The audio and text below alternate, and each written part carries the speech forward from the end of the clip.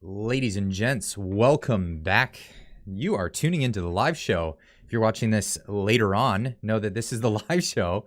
This is a long format, so I'll be chatting about all of the things that were going on. Well, a lot of things that were going on in the week that I couldn't get to through the course of the week. As you know, I make these videos before I go to work, so I wake up uber duper early and cover as many topics as I can before I get out of here and go pull wrenches for the day, and then come back home and rinse and repeat. That's what's going on here.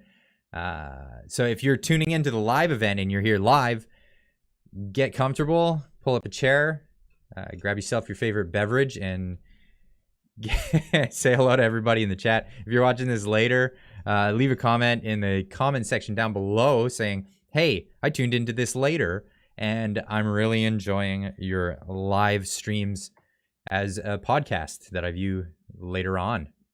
Yes, happy Friday from Vancouver Island. Hey everyone that's joining in so far. Let everybody join in and I'll get things situated here. So, yeah, lots of things to talk about this week. Only got to as many as I could. In fact, one day, I believe it was Wednesday, I only had one video because I spent so much time researching that particular video, or at least having enough to share with you in that video. And that was the one about Bill 67. A lot of people requesting that video in particular. Had a little bit of pushback at the beginning. A lot of people seem to... some people that buy into the CRT theory, yeah, that was interesting. But then quickly overwhelmed by the chat, or sorry, by the comments of people who are completely against it. That's how things tend to aggregate on the internet. You get a few dissenting voices, and that's fine. I like that. I like the dissenting voices. If people disagree with me, I want to hear it. I want to hear. This is the only way that people can change their minds about certain topics. I don't think I'll be changing my mind about the CRT thing from what I've read about it, especially because it's just piggybacking off of critical theory, which I genuinely disagree with as a theory altogether. But so that was sorry if I coughed right into the mic. a little dry in the throat today. I need to wet my whistle. But yes, that is definitely a thing. I'm gonna have to refresh this page here just to make sure that I have the chat going. There's the chat. Hey, there you all are. Good evening, ladies and gents. I see you in the chat now. CRT doesn't teach anything, but instead it divides. I agree with that. I would totally agree with that. So I mentioned in that video, the people that are criticizing what I had to say, I don't think didn't go right to the end. I think I might have to start putting keywords at the ends of videos saying, if you listened the whole way and you disagree with me, at least put this keyword in your comment before you disagree with me entirely. Because I know by the analytics that a lot of people, just in general, it doesn't matter how well thought out the video is, or how short it is. There are a lot of people click on videos and they'll tune out. Like you lose a percentage of the audience like immediately, whether it doesn't matter what sort of demographic are looking at it. But yeah, I understand, like, a lot of people don't watch the whole video. They'll disagree with you in the beginning, don't hear your whole argument out, and then expect you to read their lengthy comment about how they disagree with what you had to say but didn't hear you. So it seemed apparent with some of the criticism that I got. They didn't listen to the whole thing. But for people who aren't aware, I am in a biracial marriage, so as if that matters at all anyway, right? Like, it doesn't, these kinds of things don't really matter, but it does give a little context to the whole situation with that. I've lived abroad. I speak multiple languages. This is just part of my existence. So when I see people making criticism based on a theory that just can't agree with, yeah, I have a little pushback on that. A little bit of pushback, just a little.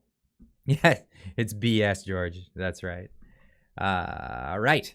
So, yeah, just as people start to come in, I don't like to hit the big topics until I know a lot of people are watching live, because the way notifications work on YouTube, sometimes you don't get them right away, or people will be surfing around before they even see that the video is up. What happened to the parents talking to their kids about these subjects? Well, and I'd agree with that. I totally agree with that. But what it is you have busybodies out there that don't agree with you, and they think that they need to step over the line and talk to your children on your behalf and say things that maybe you don't agree with because they feel that that's more important. And I find that egregious. I find that terrible. You can't agree with what everybody in society has to say, and that's just the part and parcel of living in a open and free and democratic society. Is you're not going to agree with everybody, and I think we should embrace the fact that we don't agree on everything, and it's good. And I like hitting topics that people disagree on, especially people that agree with me on several other things, because this really spreads the idea that we don't all agree on everything, but we can all come together on certain ideas. And the trucking rally was a big thing along those lines for me. Was seeing a lot of people that I typically notice disagreed on all these things, and again, politicians like to use the things that we disagree on to wedge divides between people. But the convoy was definitely something that brought a lot of people together, because a lot of people disagreed with the mandates. And I'm talking people across the board. They wanted to make it an anti-vax thing. It wasn't an anti-vax thing from the get-go. Most of the people involved were vaccinated people, right? So it's never been, that's just how they try to label it. And you still hear it today. I love how the news, they call it the so-called now, as if so-called makes it not a thing, like so-called freedom rally, because it's in the name freedom rally.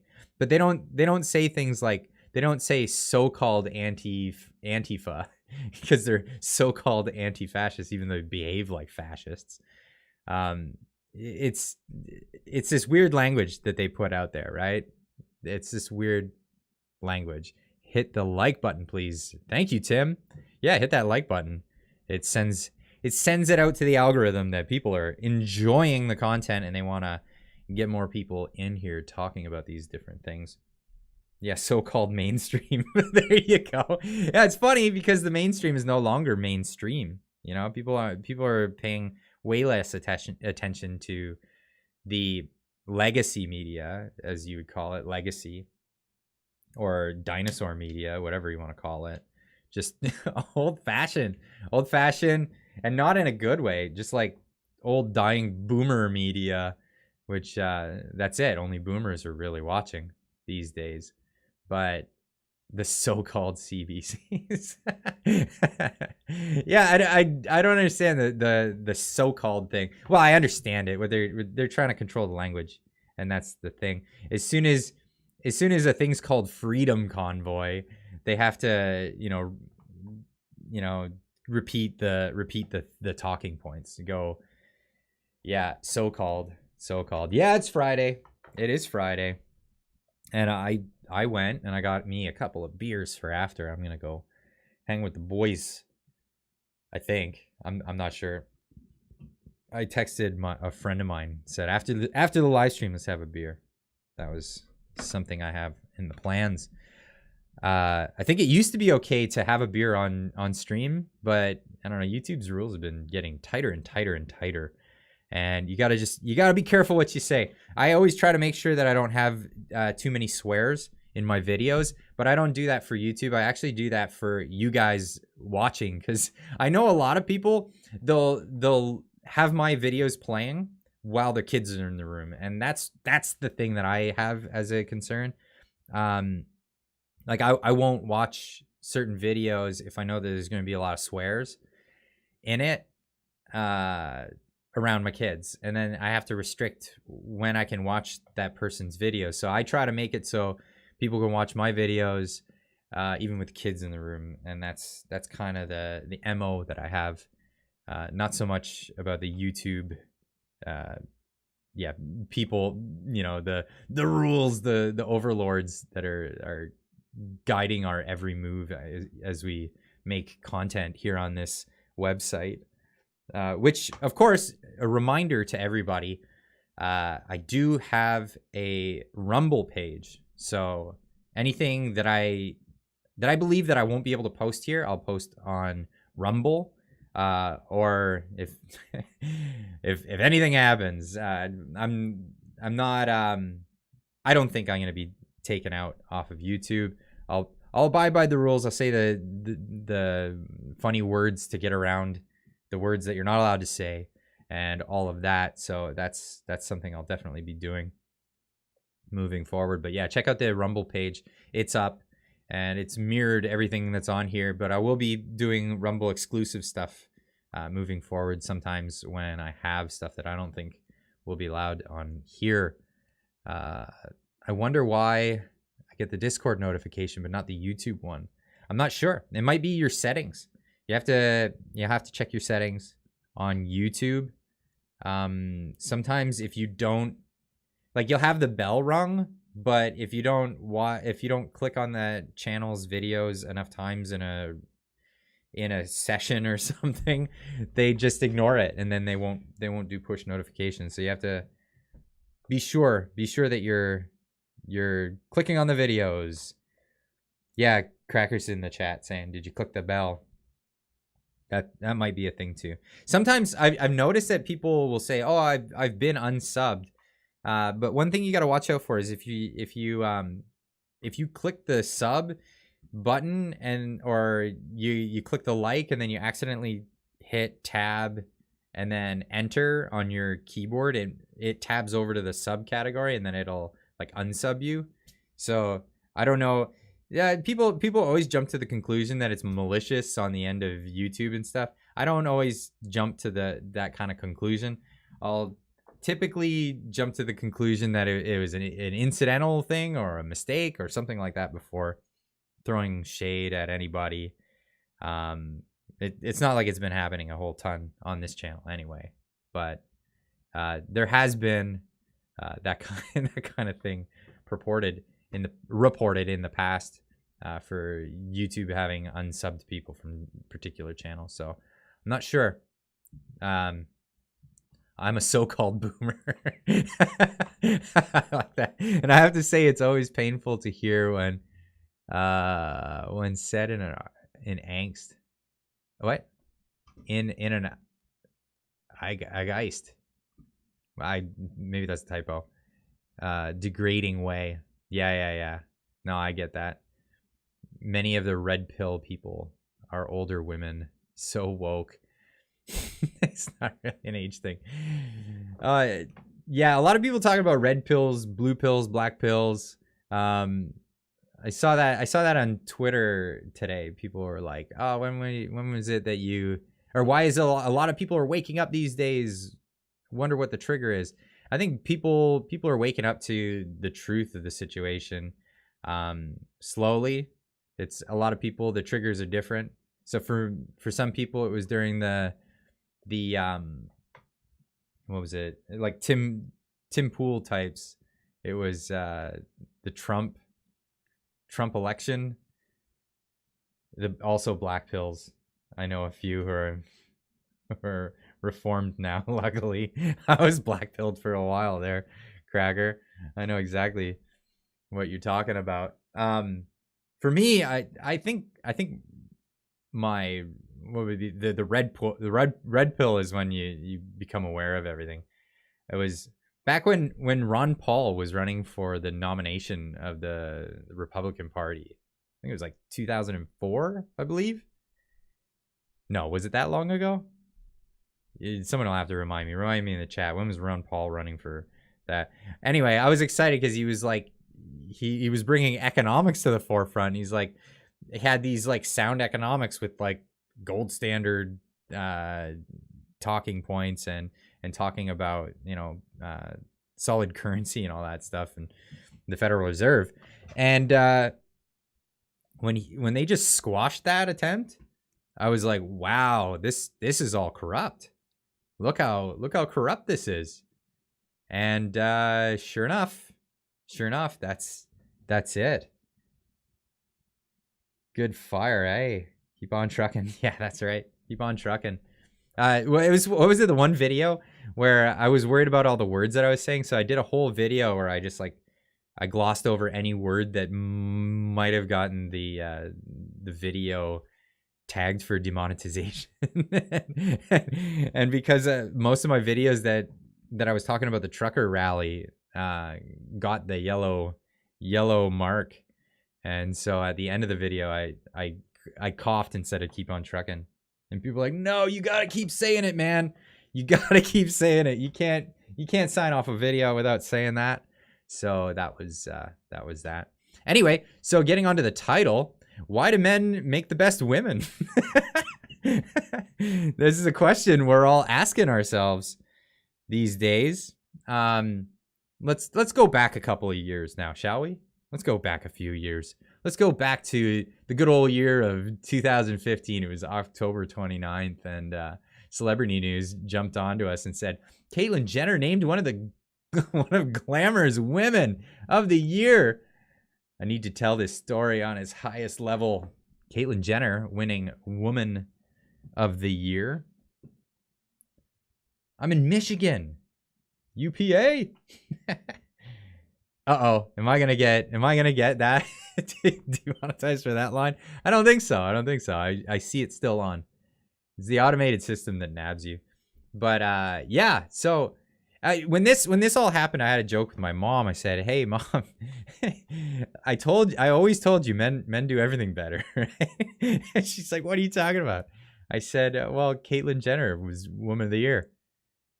She's like, "Oh, come on." I was like, "Well, yeah, and she wasn't even woman for a whole year." So that was a thing that happened, and it's really funny. I mean, everyone's talking about this right now, and they're talking about, and this was trending on Twitter today. Trans, and that's yeah, essentially the case of oh no, Tatiana McGrath is in on this one. This brave trans species athlete just smashed a world record with, oh my goodness, used to be a cheetah, now it's a human being. Wow, amazing. So anyway, where were we? Yeah, trans swimmer Leah Thomas creates history in U.S. event. Can't make this one up, folks. That is the best woman swimmer right there in the world. Right there. I'm not saying anything. I just said that is the best woman swimmer. University of Pennsylvania swimmer Leah Thomas became the first transgender NCAA champion in Division I history after winning the women's 500-yard freestyle in Atlanta. Thompson beat Virginia's Emma Wyatt by 1.75 seconds with a time of 4 minutes and 33 and 24 seconds on Thursday, falling short of Katie Ledecky's NCAA record time of 4 minutes and 24. Insane. Now, there's a lot of memes and there's a lot of people making fun of this situation. I think one of the funniest ones that I saw today was this meme here. And it makes South Park satire again. Now, if you don't remember, or you don't watch South Park, or you haven't, yeah, South Park did an episode about this where they had Macho Man Randy Savage transition and just destroy everyone in the women's Olympics, including beating them up in the middle of the event. Yeah. So it's funny when I'm, for anyone who's joining for the first time in the live stream, when I do the videos, I try to have a little bit more of a serious note, but as I'm reading this stuff on the fly, it's really hard to not just laugh at the whole thing. I mean, they call it ridiculous for a reason, because it's deserving of ridicule. Legit. I mean, when satire is not that far off from reality, yeah, it's oh boy. I think somebody pointed out that they got the same hat, but that's yeah. Unbelievable. So this was this was trending in the news.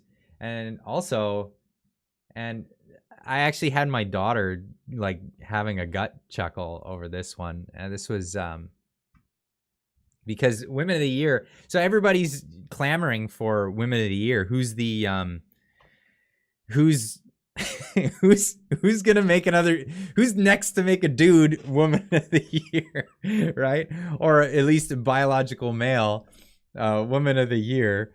Because, and it's funny because you think you would just assume that if Woman of the Year is someone's gonna win Women of the Year who's a trans person, since trans people are so such a small minority in the demographic of, you know, the world, I guess, that it would be very rare for them to win Women of the Year. And no, this is Time Magazine's like, nah, no, it happens way more often than you would expect. Woman of the Year won by a biological male is quite a common occurrence. And yeah, here's Time Magazine Woman of the Year. Woman of the Year, ladies and gentlemen. Woman of the Year. What was MJ Rodriguez? Congratulations, MJ Rodriguez. You are Time Magazine's Woman of the Year for Women History Month. Yeah, interestingly enough, that was who else has been somebody of the year? Let me just find this.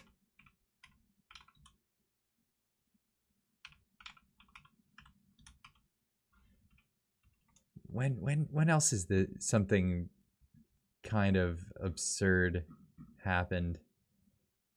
Hold on. I can oh, have they scrubbed it from the internet? Maybe. Hold on. Maybe they have. Nope. No, it's not. No, it's not scrubbed. Yeah. There it is. Time Magazine. Person of the Year. So, yeah. Interesting things that happen throughout history. And, you know, we'll all be looking back going, all right. I mean, it doesn't hurt me. It doesn't hurt anybody. You know what I mean? Like it doesn't hurt me that a biological male is Woman of the Year. It doesn't hurt me at all. I kind of feel bad for, because it's a political thing. It's just kind of like, okay, play your virtue game. They're just trying to be virtuous or what have you. But there are a lot of women who have definitely so-called suffer. Everything's gonna be so-called in the chat tonight, isn't it? because of the news and their so-called so-called woman of the year. So no, where was I going with this? Yeah, so it's really sad because I'm sure there are a lot of women that worked really hard throughout the year to do fantastic things in all kinds of fields, right? And are perfectly deserving of an award such as Woman of the Year, and to be having it taken away. And I'm not saying having it taken away by this individual, right? I'm not blaming this individual. This person's not at fault here, not at all. It's Time Magazine, you know. When Time Magazine is playing this game of look at how great we are, we gave it to this person. I can only feel sorry for this individual, right? This MJ Rodriguez, you know, this person's clearly going through something in life, and you know, hope the best for MJ. Honestly, in my opinion, props. Live your life the way you want to live. That's completely up to you. But Time Magazine putting other people who have accomplished on the back burner so that they can virtue signal to the rest of the world, I think is just kind of a sad state of affairs. That's my opinion on that. And it's kind of the same situation for, you know, athletes as well. I mean, look at this lady, just the expression on her face. Maybe she's got an itchy nose, but it just kind of like, so you're the best woman athlete in this event. Anything to add to that? What do you say to that? What do you say to that? I have I'm at a loss of words. I really am. I am at a loss of words. So might as well move on. What else were we looking at this week?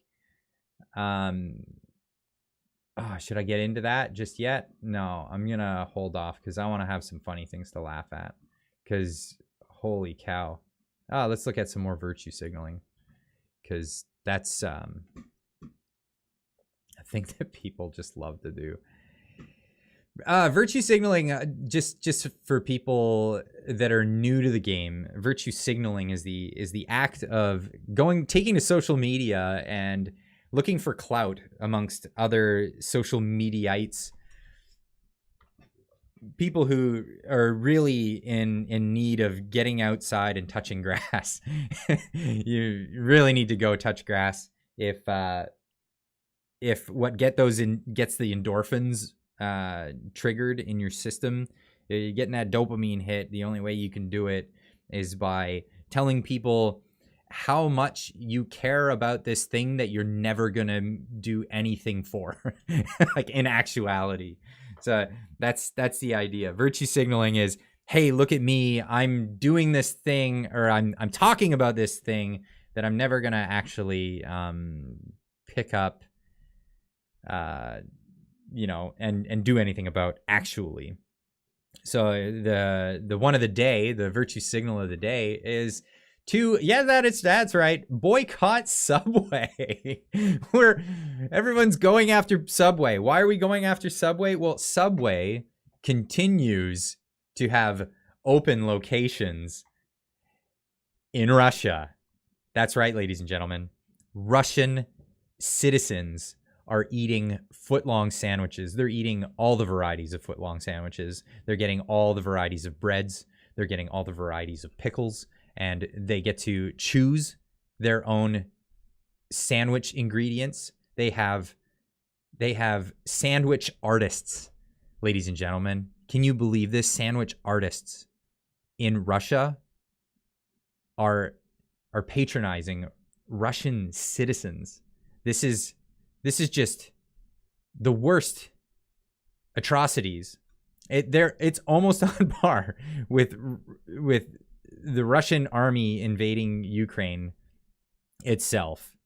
The Subway is condoning war and bad things happening across the world by serving sandwiches to Russian citizens and ethnically Russian people. This is the virtue of the day that people need to get behind. I mean, honestly, this is no meatball subs. That's right. Not the meatball. You can't. Russian people can't be eating meatball subs. How can we condone Russian individuals of Russian origin, Russian descent, eating meatballs, subs? You know, all of the choices of cheeses, all of the pickles are not. The only virtuous thing to do is deny your Russian citizens and ethnically Russian people around the world. Hey Clyde, let's shout out S2 Underground. Yes. Is Cracker, is that the person you shared that video with me today? I'd love to shout him out. Just give me a minute and I'll pop that up. But yes, it's horrible that people are serving. I can't believe that people actually do this. Oops, something went wrong. Yikes. I clicked on your link, Cracker, and it destroyed my computer. My bad. No, I don't know why that sent me there. That is really weird that did that. I'm going to have to find the link in the Discord anyway. Yeah, big shout out to S2 Underground. Great videos. Just want to put that out there. I watched the channel for the first time today, and they do a lot to back up their claims and look up information and provide it in a very contextual and precise way. I really appreciate their content. But let's get back to the most pressing moment, the most pressing issue of today, and that's that Subway sandwiches continue to be sold in Russia. No, I'm joking. I support journalism by allowing it. I'm just gonna hit refresh. There we go. Over 400 companies have withdrawn from Russia, but some Western brands are locked in. Not the burgers. Not the home of the Whopper. No, we can't do this. Hey, Dave Burwell. Welcome. Dave Burwell did something. I activated memberships on the channel recently, and that was just today, actually. It's the first day that it's on, and Dave Burwell is now a member. Thank you, Dave. Dave just did something. So, yes, the home of the Whopper is still working in Russia. Yes, it is, by the way. Thank you, Cracker. And thank you, Dave, for supporting the channel. But yes, Burger King's under fire today for still opening franchises. Now, I don't know how they work this, because if anyone out here do they have Tim Hortons? Oh my God, I need to look that up. Do they have Tim Hortons? But anyone who knows how franchises work, the main company doesn't own the business. They own the franchise name. So if they completely shut off a country, I'm not sure how that would work. What sort of legal recourse you actually have there? I mean, you can recommend. I'm going to recommend that you, business owner in Russia, shut down our franchise that you have. I'm not sure how that works. I know McDonald's is one of those companies. It's got a slightly different business model. So they actually own the real estate wherever they have a franchise, and then they just sublet to the franchisee. It's how they really rope you in as a franchise owner, and that would be really just sad, just a sad state of affairs. If you want to get into being a franchise owner of a fast food restaurant, maybe McDonald's isn't your best bet. Tim Hortons would like the stream. Don't forget. What? Don't forget to be like them and hit the like button. Yeah, that's right, Cracker. Or that's right, newbie. So yeah, I'm not sure what sort of leg that these companies that are doing this have. I can see McDonald's. So McDonald's was on Twitter a ways back, and a lot of people were like pretty much mocking McDonald's for their stance on this. People, saying, "Oh wow, McDonald's is really taking a stand here by." Reducing obesity in Russia. What are people saying about McDonald's? And McDonald's, are people still talking about this on Twitter? Because it was, oh my god, it was too funny.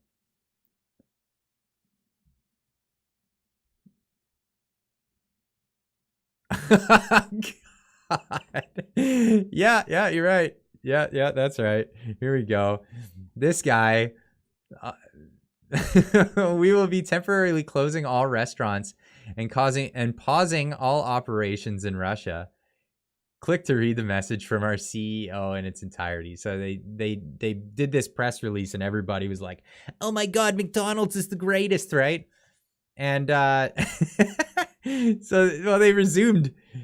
McDonald's in Russia returned way sooner than anybody, and it's somebody's YouTube video. And this guy comments, "You are complicit in Putin's war crimes." God. We need to put Putin down one cheeseburger at a time, ladies and gentlemen. Am I muted? I don't think I'm muted. No, I'm not muted. I think you're unless the stream, something's going on. Muted? No, nothing's going on. Wrong there. Sorry. Just hit refresh. You can't hear me saying I'm muted. Anyway. Yeah, no, I'm not muted. But yeah, we need to save the Western world one cheeseburger at a time. It's the only way. The only way moving forward is to limit the amount of cheeseburgers, and unfortunately they're still getting the Whopper. But we'll shut down that Whopper, ladies and gentlemen. That's the only way to stop the Russian forces. Now it's funny because I had a comment today, and I don't normally mute people from the channel. I like to let people speak their mind, but I had it's you've made it. You've made it at a point when when you have haters. The point that as soon as you have haters, you're doing something right. You've made it. You're a YouTuber at that point. Apparently I made it. I'm the Mick Putin.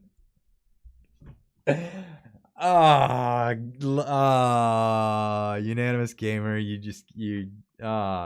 killed me with that one. I like that. I guess it's not Burger King, it's the Burger Czar. Are we gonna stop calling our government officials czars now? Is that a thing? Can we get rid of that term? Because I always hated that term anyway.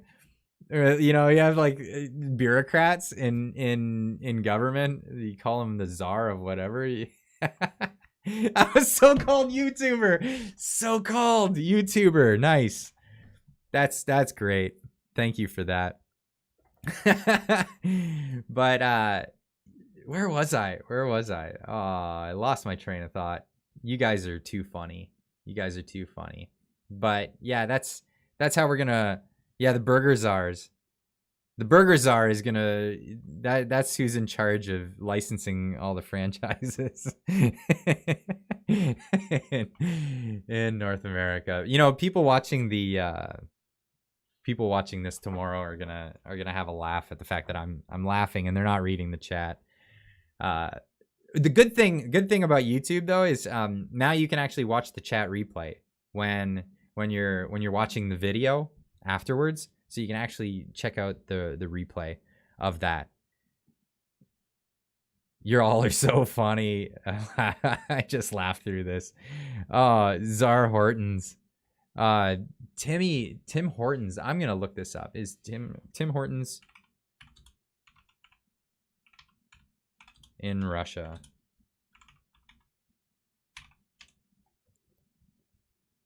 Map with the number of Tim Hortons by country. No. Is there Tim Hortons? Discover Russia Tim Hortons popular videos. What? On TikTok? Get out of here. Can I find Tim Hortons in Russia on a Reddit?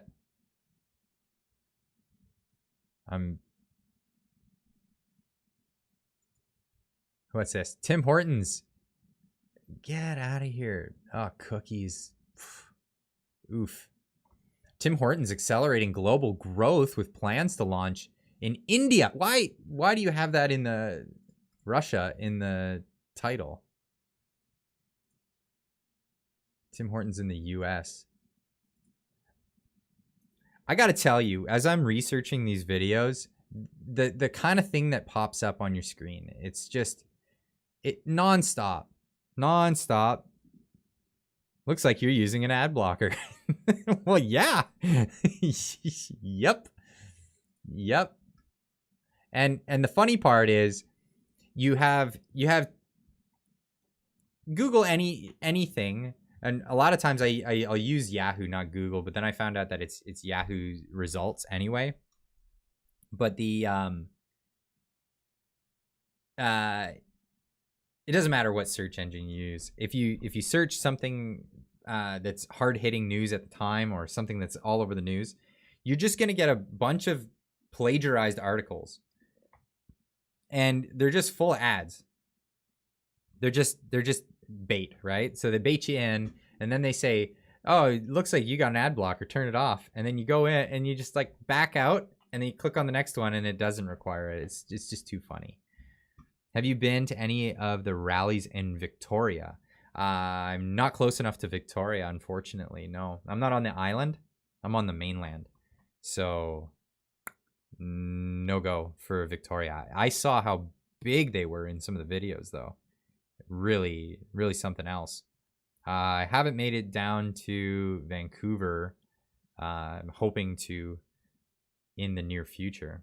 But with how busy I've been on the weekdays doing this and working, weekends have been completely devoted to my wife and beautiful 2 children. So that's been my big priority. It's unfortunate that I haven't been able to get out to the rallies because I'm covering them so much. But I've talked to a lot of the people at the rallies. I was in communications with a lot of people at the Ottawa protest as well, as that was still going on.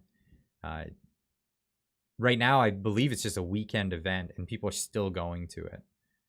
The big one is right now is in Calgary, which I think we'll get to later in this.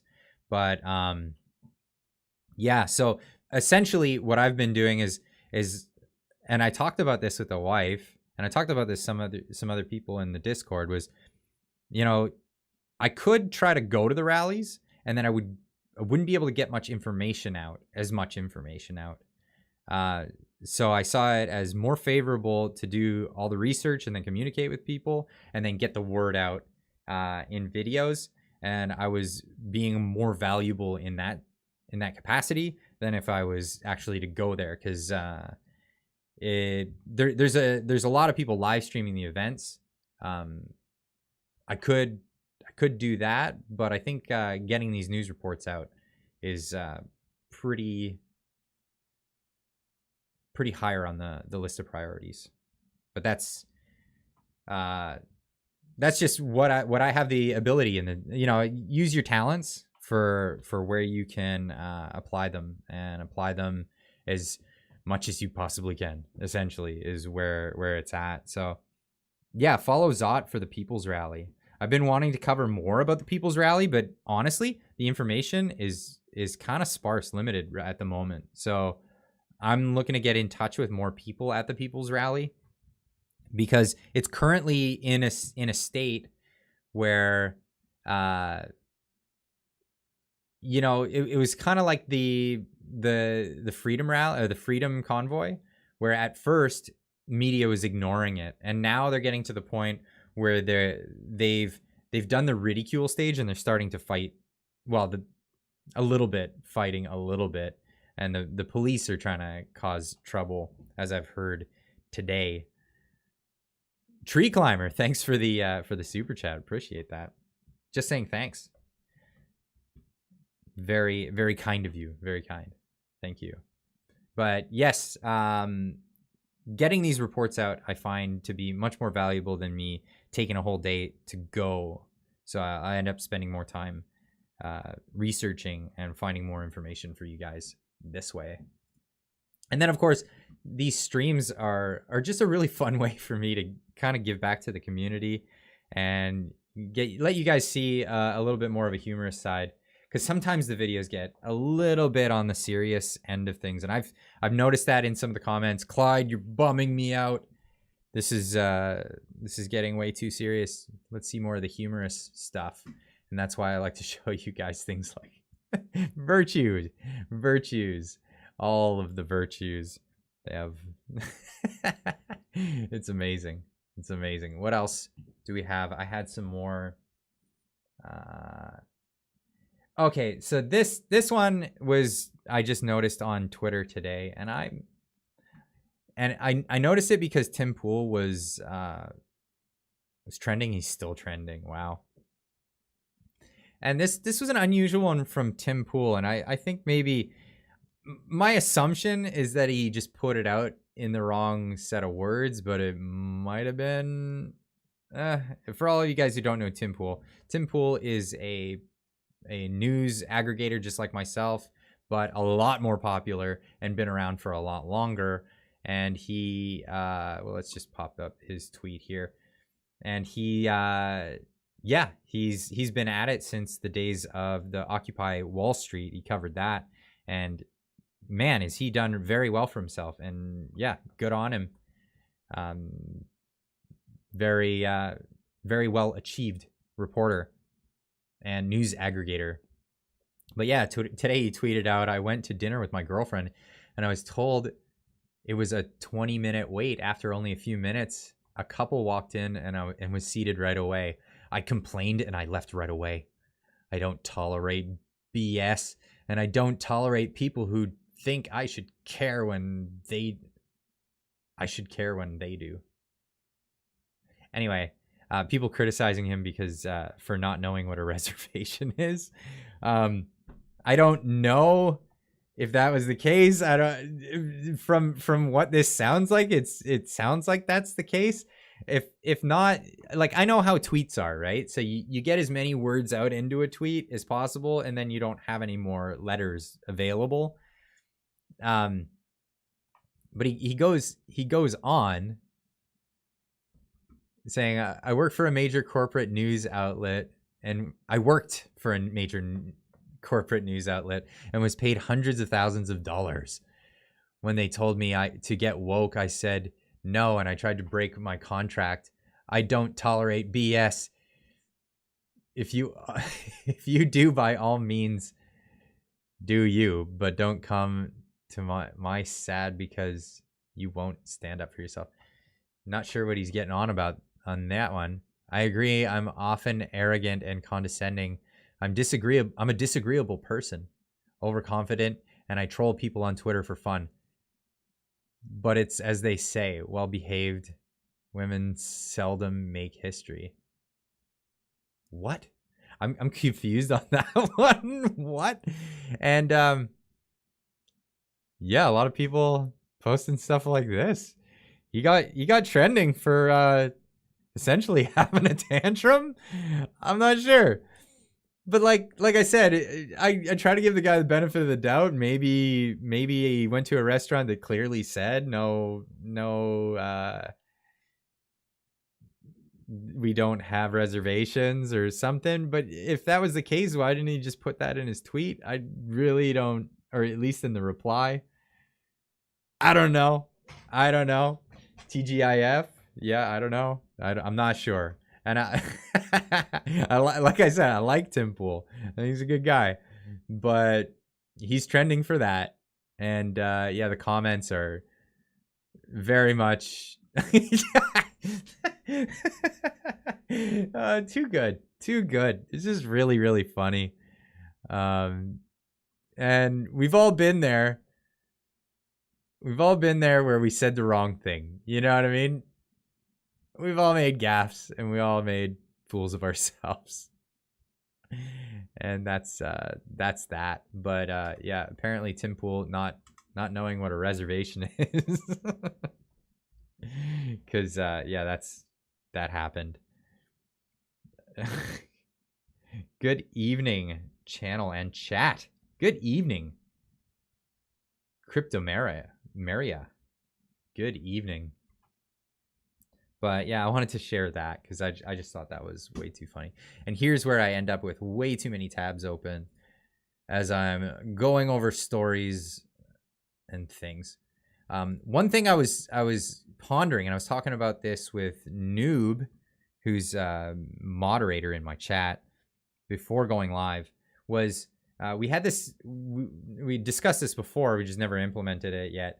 We were talking about in the Discord adding a section for live stream questions. So ahead of time, so we can grab a bunch of questions from you guys. If you have specific questions on videos that I made throughout the week, you can post them in a particular channel, and then I'll try to get to as many as I can in the live streams on Friday evenings, because that's what I like doing these for. Another article that I saw today that I just couldn't help but see and laugh about, and oh god, these ads, they just drive me up the wall. But here we go. Don't be a fuel. Customer is spotted filling his car with cooking oil as petrol prices soar. This is from someone in the Discord. Sorry if I'm not giving you credit for this, for sharing this one. But it shows a man taking top offs. Okay, I'll just show you the image here. So it's a guy putting vegetable oil into his car, and that's what he's doing here. And the author of this from the Daily Mail is criticizing him for putting cooking oil in his car. Footage shows the man taking top offs of a trolley load of cooking oil behind his car. He then proceeds to fill up his car's fuel tank in front of bemused onlookers. The customer was filmed outside a Tesco superstore in Cheshire, wherever that is. Oh, this is in England. Now, it's funny because immediately they just ridicule this guy. I don't know if there's audio in this. I'm not hearing anything. There's nothing coming out. Okay, and it's just, yeah, showing this dude topping up his car, which the thing that caught my attention is, well, why didn't they talk to him? Why didn't they go ask the guy? Well, some viewers praise the man for his ingenuity. Using cooking oils as a replacement for fuel can prove extremely risky and cause lasting damage to engines. Now, I thought this was funny because I'm a mechanic, and I know people who have asked me to actually help them with changing their vehicles, diesel vehicles, over to run on vegetable oil. So this is a thing that actually is a thing. So I'm not sure. I don't know the circumstances because clearly nobody asked him anything. I can't tell the make or model of this vehicle. No clue what it is. You just see an open hatchback. but perhaps the guy has a veggie diesel set up for his car. Not sure. They kind of get into that here. Where do they say it? Another critic says, don't go putting veggie oil into your car unless it's an old type diesel, which, I mean, you never know. This might be. You'll F your engine up. It's too thick and you'll blow the diesel pump. And especially don't put that in your petrol car. And petrol, for those of you in North America, is English for gasoline. They just call it petrol. Or Australian, I guess. New Zealand. A lot of people call it petrol, except that's us in North America. We call it straight up gasoline. But this is an article talking about the spike in fuel, and apparently somehow this guy's saving the czar, the veggie czar, saving people on vegetable oil. Now, so I know I gotta be careful with these ads. I don't want YouTube to see those ads and go, wow, bad content for this channel. So I know a thing or two about diesel engines. I'm a mechanic. I've gone to school, extensive schooling on how these apparatus operate and how these mechanical devices do the things that they do and how to make them chooch, you know. And one thing that people don't realize, maybe they don't realize, is the first diesel engine was actually designed by Mr. Diesel, not Vin, maybe one of his long lost uncles, but it was designed to run on peanut oil, and that was the first fuel for the first diesel engine was peanut oil. So vegetable oil is actually can be used as a fuel for diesel engines. Now, where they hit it right. The one guy in the ad or in the article did say it right.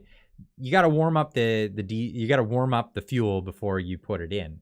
Now, if you get a kit, they have these kits that you can buy so that you can run your engine on vegetable oil. And typically people use used vegetable oil, not brand new stuff. It's got a lot more carbon content in used vegetable oil because of the cooking process. But you can use vegetable oil in a diesel engine.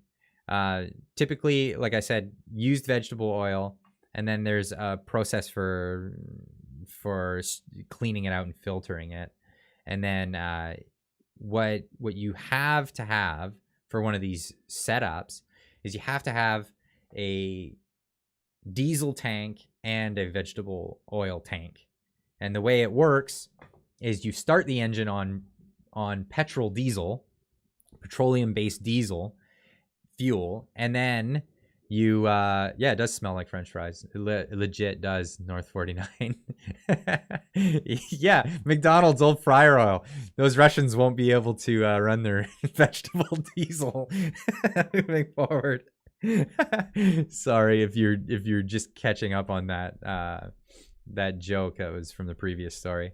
But yes. So the way it works is the engine will start up on petroleum diesel, and then once it warms up, it'll warm up the vegetable oil as well, because it's quite thick, and it makes it more viscous, and then it switches over, and then it runs on the vegetable oil just the same as it would a diesel or diesel fuel, and it runs on that until you go to shut it off. And a lot of these systems, the way they work is you shut them off and the engine will keep running. And what they'll do is when you shut it off, it switches it back to regular diesel until all the vegetable oil runs out of the line. Well, it's on a timer. It gets all the vegetable oil to run out and through the engine, and then replace all the oil in the line with diesel fuel, so that next time you go to start it, it's started on petroleum diesel again. It's a long explanation, I know, but at the end of the day, maybe this guy was actually fueling his car. Just throwing that out there. But this was a funny way for this news aggregator, Daily Mail, to get a story out about the soaring prices of fuel in the world, and also to blame it on Russia. I'm sure, blame it all on Russia. That's a thing. Oh yeah, what I wanted to get into, I was talking about. I broke into what I was talking about, and then I got onto this story. But yeah, I like the idea of free speech, and I like the idea of letting people just speak freely. But it's when people get abusive in the comments that, sorry, you gotta go. I won't stand for that. So, and I noticed that I had one individual. I was getting onto it because I was talking about having haters. You know, you're a so-called YouTuber when you have haters. But yeah, there was one guy, and it was funny to watch as he heckled me in virtually every post I made. But today on one of my, just on the social posts, claimed that I was I never denounced Putin. And I thought, why would you have to denounce something that you clearly don't stand for? And the idea that somebody can ask you to actively denounce a thing that you never said you supported is just an asinine thing to me. And I wouldn't ask people to do the same thing. And it's clearly like divisive tactics, right? By people who are just being disingenuous. Yeah, seriously.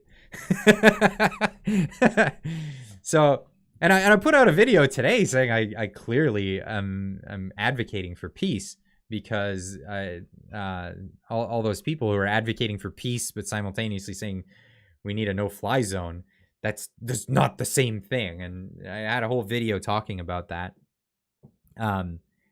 Yeah, well, yeah, trolling. Some people troll, but yeah, I hear it too. I've been seeing it lately quite a bit, in this idea that you have to openly denounce something that you either you didn't talk about or you clearly advocate against. Anyway, it's really, really interesting. Yeah, strange title. Sorry, we already talked about it. We were talking about, and you can catch the stream after Funny Business. We were talking about Woman of the Year, and how sometimes men just do everything better. Not my point of view, of course. That would be Time Magazine's point of view, and that's my story, and I'm sticking to it. But we can denounce Putin right after you denounce shelling. Yeah, see, that's the thing. I don't have a dog in the fight. Why would I have to denounce anything? And I'm not for war. Anyone who wants war, I'm not on your side. Straight up. And that's any side. Any side that's wanting war, you're not gonna get me supporting you. Sorry. I'm not into it. Not my prerogative. And that goes all directions. And I'm not gonna get dragged in by, well, propaganda. I mean, that's what it is. Call it what it is.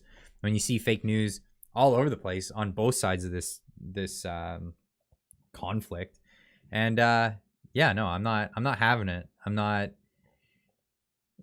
like I showed. It was like the old clips from George Bush saying you're either with us or you're against us. And well, how did that turn out? You know, it's when people have that initial shock and they have that emotional attachment to what's happening at that moment, is when they're not going to take a step back and reflect on the entire situation and actually look at it and go, holy cow, do I actually stand for this or what?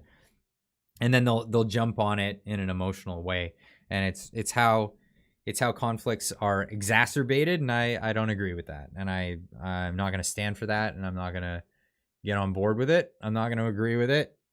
And yeah, that's my opinion, and I'm sticking to it because well, I'll just show you the tweet that was the thing that triggered me making that video. And it was rallies across Canada called for NATO to issue a no-fly zone over Ukraine. And I said, honestly, if you asked any one of these NPCs, and I call them NPCs for a reason, would they understand the repercussions of a no-fly zone? Would they know that they're advocating for a war bigger than has ever been imagined? This is not the answer. It's not the solution. If you want to end a war, you don't exacerbate it. So diplomacy is always my go-to. I think arbitration is a great thing in society as a whole. You know, like if you're talking about just society the way it is, if you have people that are in conflict, your neighbors are in conflict, you wouldn't try to exacerbate the thing unless you're some crazy Karen or whatever. Like they want to make the situation much worse. And yeah, that's not what we do. We have arbitration, we have dialogue, we have judges, we have courts, we have all this stuff. These institutions are good things. Let's not throw these institutions away like some of our leaders are doing. And we saw in recent time Justin Trudeau, when confronted with people who disagree with him, his own countrymen who disagree with him, come to his front door. He ran away. The coward of the cottage ran away, and he avoided until he thought that they would go away, and they didn't go away. So he came back and he said, we're not going to talk about it. Yeah, let's talk about Canada. And that's what I'm doing. And he says, I'm not going to talk about it. I'm just going to meet you guys with force. And that's what I see the coward of the cottage doing at the moment. And he's just doing it on a bigger scale with other people that not good. I can't agree with it. I can't get behind that. And speaking of which, we're not doing so hot ourselves on our side of things. Had this jump out at me today by Kian Bext, a news aggregator on Twitter that I follow. Shock. Trudeau's defense minister announced to Canadians that Canada has exhausted inventory from the Canadian Armed Forces, and there are capacity issues, quote unquote, so-called capacity issues. And yeah, after sending all of our equipment to Ukraine's president. Disaster. So I'm going to play this and put my headphones on so I can hear it as well. Aid so far. Start that again. We have provided all of the lethal aid so far from Canadian Armed Forces inventory. At the current time, as I said, we are looking at a number of additional options. That's a new term I've never heard. Lethal aid. That is, oh my God, Orwell would be proud. Lethal aid. Those two words shouldn't be together. That is not something that we should have in our vocabularies. Are you kidding me? I have not heard that before. That blew me away. I couldn't even listen to the rest of the sentence after I heard that term. That is just, what?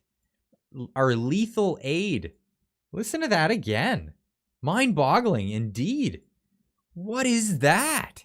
We have provided all of the lethal aid so far. Lethal aid. We've provided all of the lethal aid. Holy cow. Yeah, newspeak. Orwell would be proud of this one. Holy cow. From Canadian Armed Forces inventory. At the current time, as I said, we are looking at a number of additional options. We need to make sure that we do retain capacity here for the Canadian Armed Forces should the need arise, and that's the balancing act that we're currently undertaking.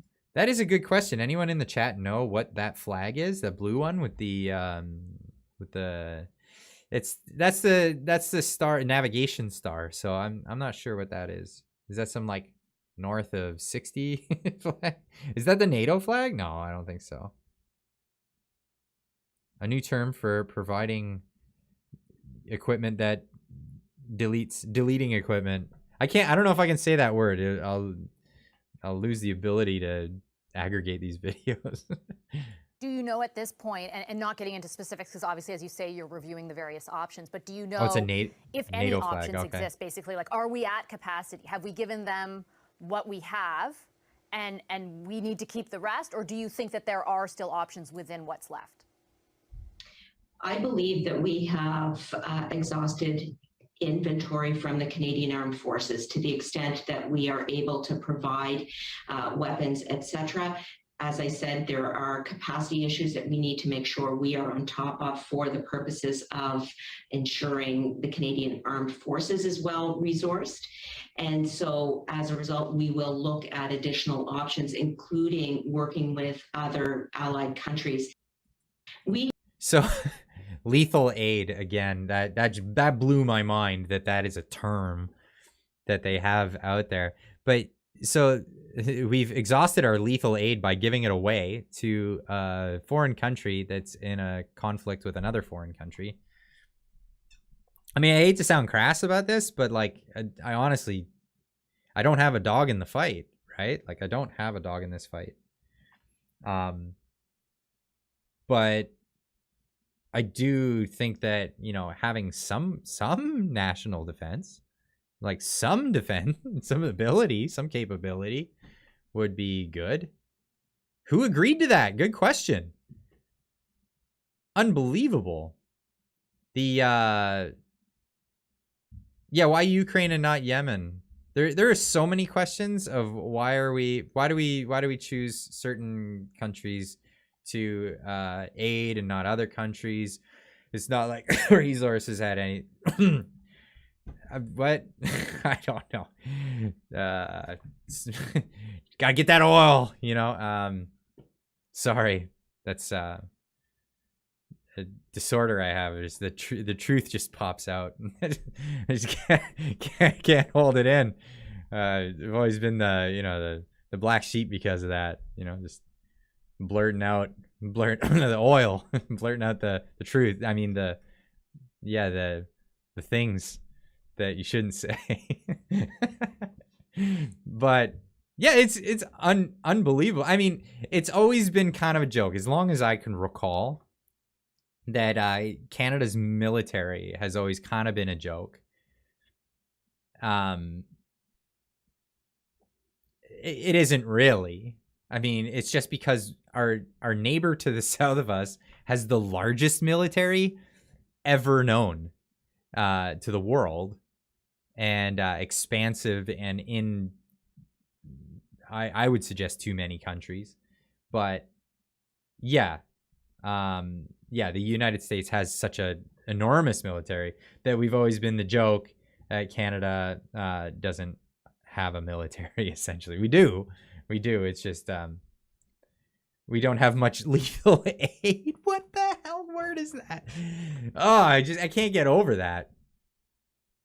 But yes, I believe that we should have some capacity to defend ourselves if anything ever happened. And just blurting it out to the world that we don't have any capacity to protect ourselves is probably not the best thing when we actually share territory with the people we're purporting are the baddies in this whole situation, right? And whether you think, whatever you think is the situation over there, but we're a lot closer to them. I mean, just just next to us is Sarah Palin's home country, where she could see Russia from her backyard, which I don't think she ever said. I think that was just that was comedians mocking her. I don't think she actually ever said that. Did she? Chat, tell me if she actually ever said that, or if that's one of those Mandela effect things where she never actually said it, and people attributed that sentence to her.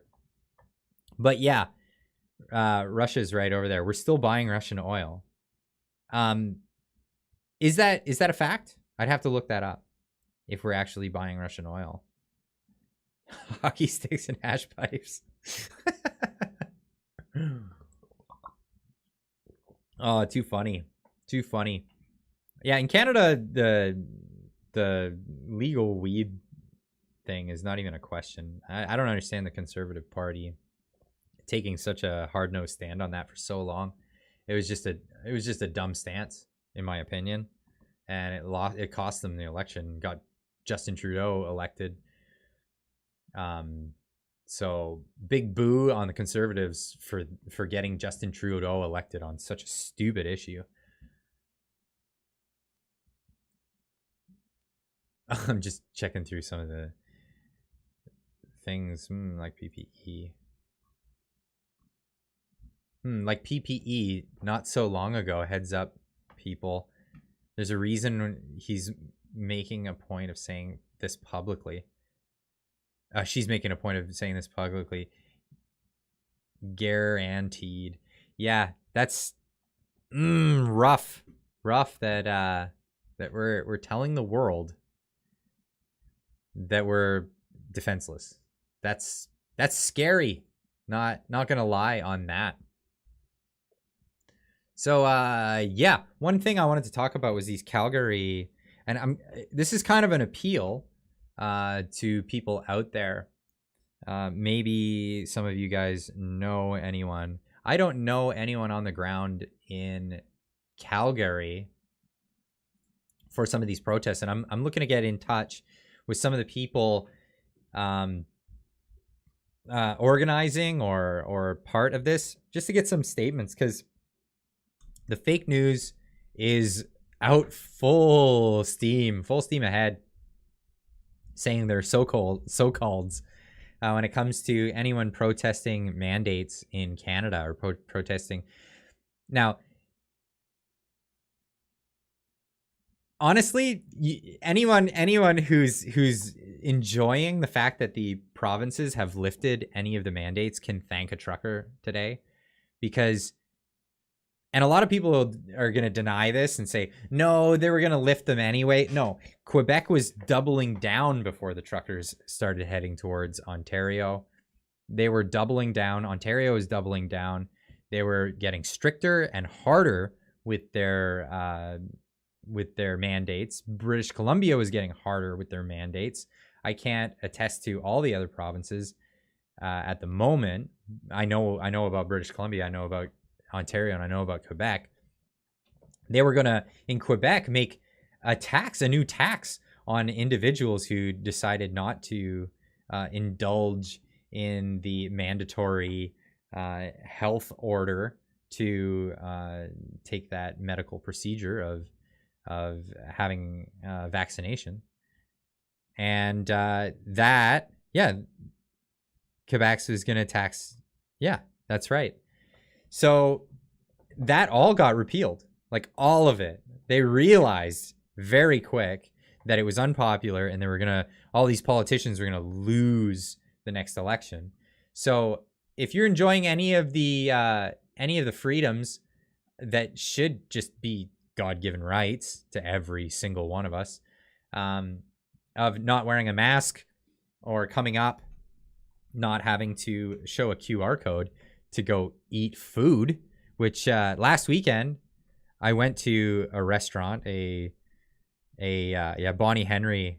Yes, I can't believe Bonnie Henry is relaxing mandates. Thanks, truckers. Exactly. If you think that this has nothing to do with the truckers, you are sorely mistaken. You are completely out to lunch on that one. And a lot of people are trying to blow it off like this giant protest that actually led to the Prime Minister of Canada invoking the Emergencies Act on public citizens and taking measures. So the violence that took place at the protest was at the hands of the police was terrorizing. It was terrible, and it was the financial measures what really scared everybody. And it's what got everybody who was in support of the convoy and the protests to actually back off, right? It was the financial measures. It was freezing people's bank accounts. There was a report, which I'm not sure. I never got any real confirmation about the report from a woman in Chilliwack who had her bank account seized for donating to the convoy. I have no confirmation of that. It was just somebody had reported it. So as of yet, I don't know if that's true, but the word got out, and essentially it scared the living crap out of a lot of people. And that's why a lot of people have backed off. It doesn't mean that these people don't support this thing. It's just they're afraid to publicly do it because, people's businesses were threatened, people's lives were threatened over this ordeal. So people are honestly terrified. And so are the politicians. So even though people aren't being vocal about it, they know they're going to go to the polls next time around, and those guys are gone.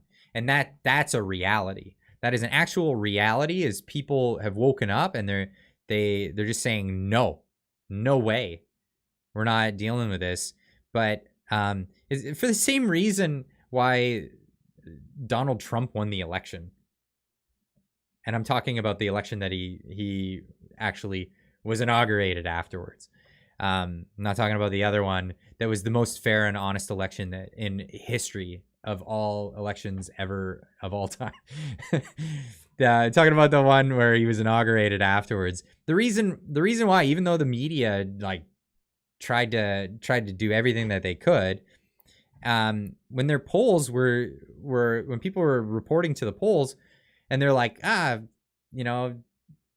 Trump's losing by this giant margin, and the pollsters were all wrong. Well, why were the pollsters wrong?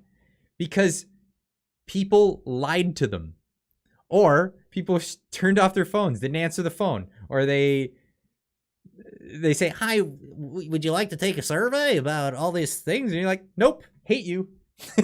And that's what's going on. Like, people are, when it comes to being questioned by the media, people are waking up and going, you're not worth my time, because either I don't agree with what you're doing, or I don't believe you. Just straight up don't believe you. So that's what's going on, and this is why pollsters can't figure it out, and they're having a hard time, because a lot of times I don't know. It's hard to tell if the media actually believe the crap that they put out there. I know a lot of them don't, but they know it. It's the grift, and that's how they get their dude elected, right? But that time it didn't work. It didn't work because no matter how much they lied about it or they asked people, I never answer the pollsters. Exactly. Like, I mean, the pollsters call me and I'm just like, get stuffed. I don't want to, I don't want you to know my opinion and know what address that's linked to. Honestly, I mean, since I came out on this channel about what my opinions are, that's all changed and it's irreversible now.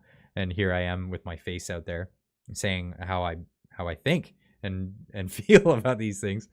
But a majority of people, I think, and this is why they call it a silent majority, right? There's in the next Canadian federal election, there's gonna be a well, not even just the federal election, even the provincial elections. There is gonna be a giant, very silent majority going to the polls. A lot of people that ignored the polls last time are not gonna be this time, and there's gonna be a lot of people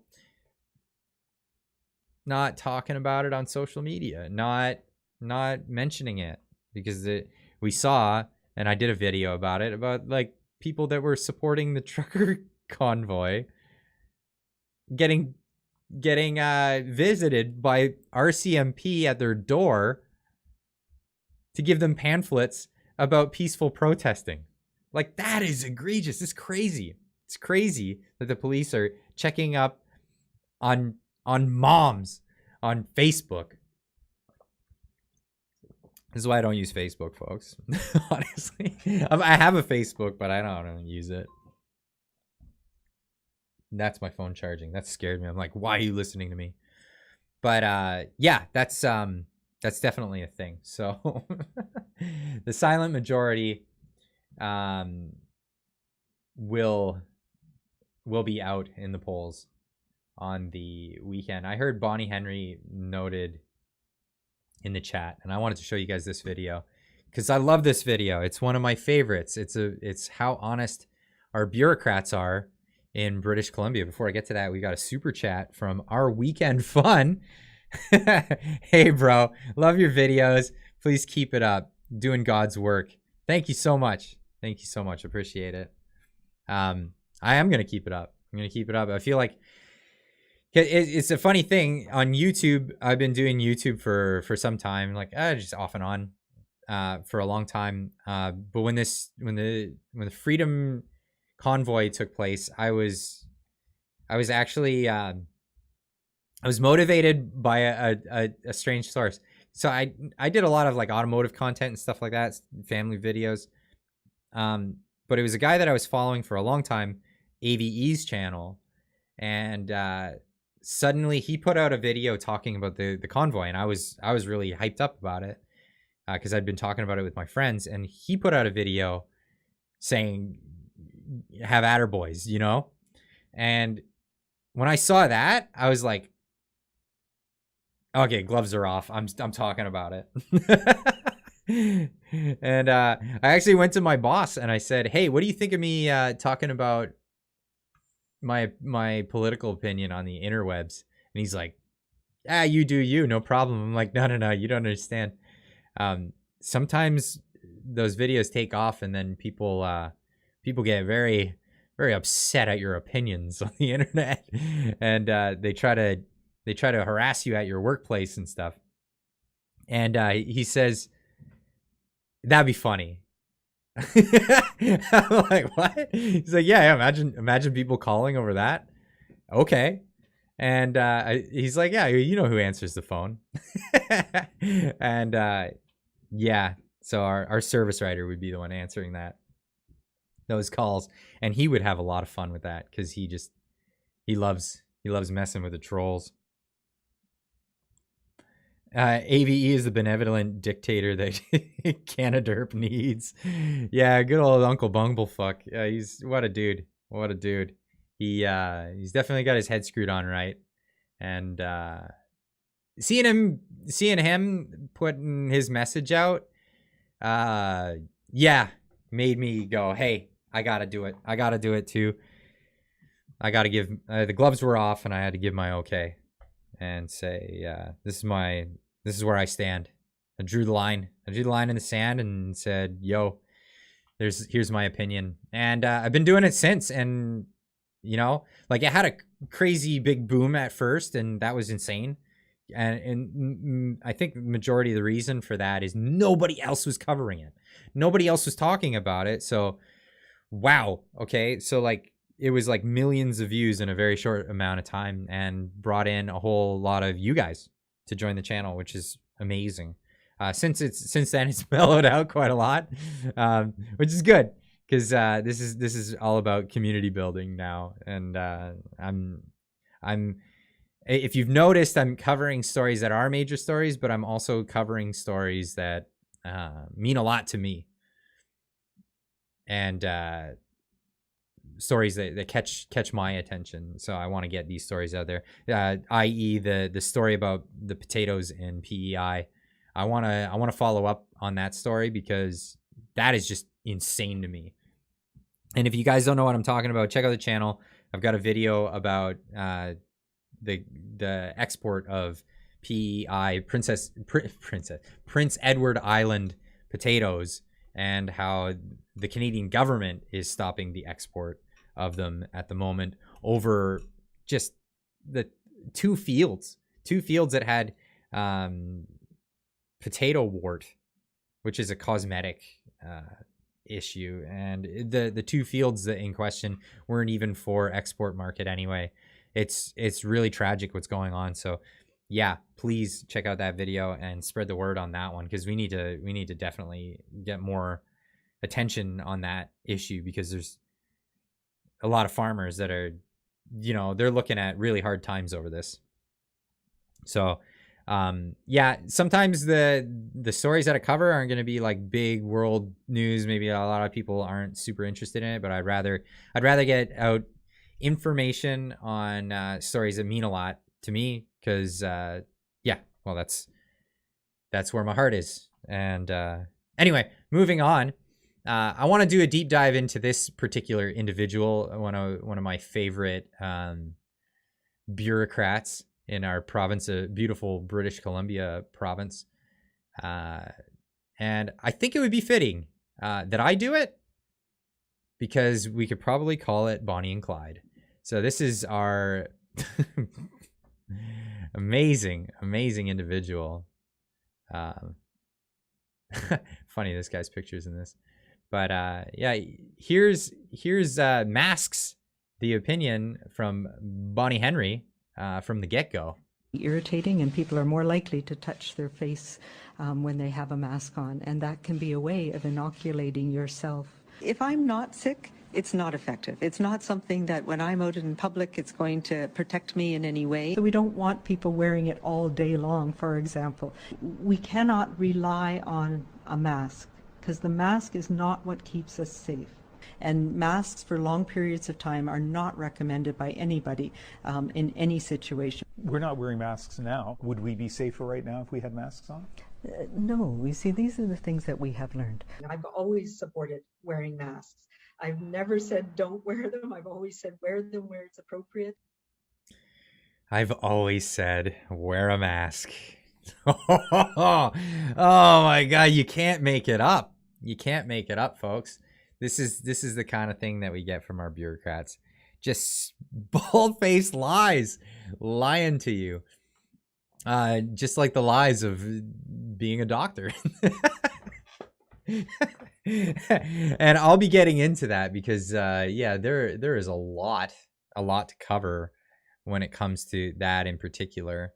There's a whole list of things that I want to get into. It's been so busy the past few weeks about all these things. Sorry, I'm scrolling. I gotta find this info if I can get it. But there's a lot to do with that particular lady, that particular bureaucrat, and why can't I find it? Oh God, it's always when you need something in a pinch that it's not available for you. Get that one right there. Oh, I was going to talk about that as well. But where was the one? I think I put it in admin chat. There we go. Open original. Okay, so what are some of the issues? Yeah, okay, obviously her ties to the WEF, the World Economic Forum, which is an interesting little hangout club. The clubs for the elite. Again, with the giving yourself a nicknames, you're not allowed to give yourself nicknames. Sorry, Snake, but you're not Snake. It's not gonna be. You don't get to name your own nicknames. You always end up with a nickname like Clever, or the ironic nickname because you're not clever, or something dumb. But nobody gets that. I mean, I had a few ones. My first mechanic job, they called me Crash, not because I crashed a car, but because my name sounds like collide with something. And nicknames you don't get to pick. You don't get to pick nicknames, and you can't call yourself elite when nobody respects you. You just happen to have a lot of money. It doesn't make you elite in any way. It just makes you fortunate. Yeah, that's a thing. So calling yourselves elite. But yeah, the World Economic Forum ties. But I'm reading these things. But yeah, I'm going to be looking into a bunch of stuff, talking about the efficacy of some of these things she advocated from back in 2015 being confirmed, like non-efficacious. I think that's the fancy pants word of saying not effective. UBC tied Aquarius Therapeutics.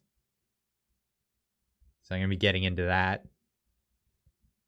Yeah, there's a bunch of things that I'm going to get into. And let's call that Bonnie and Clyde. And let's put that on the back burner because would really like to get on that topic. Get all up in that one. But this is, yeah, the so-called elite. Speaking of which, I wanted to pull that up because that was a speech that was given. Ooh, another ethics violation. Okay. I'm going to have to research that as well. Yeah, that's the one. That's the one right here.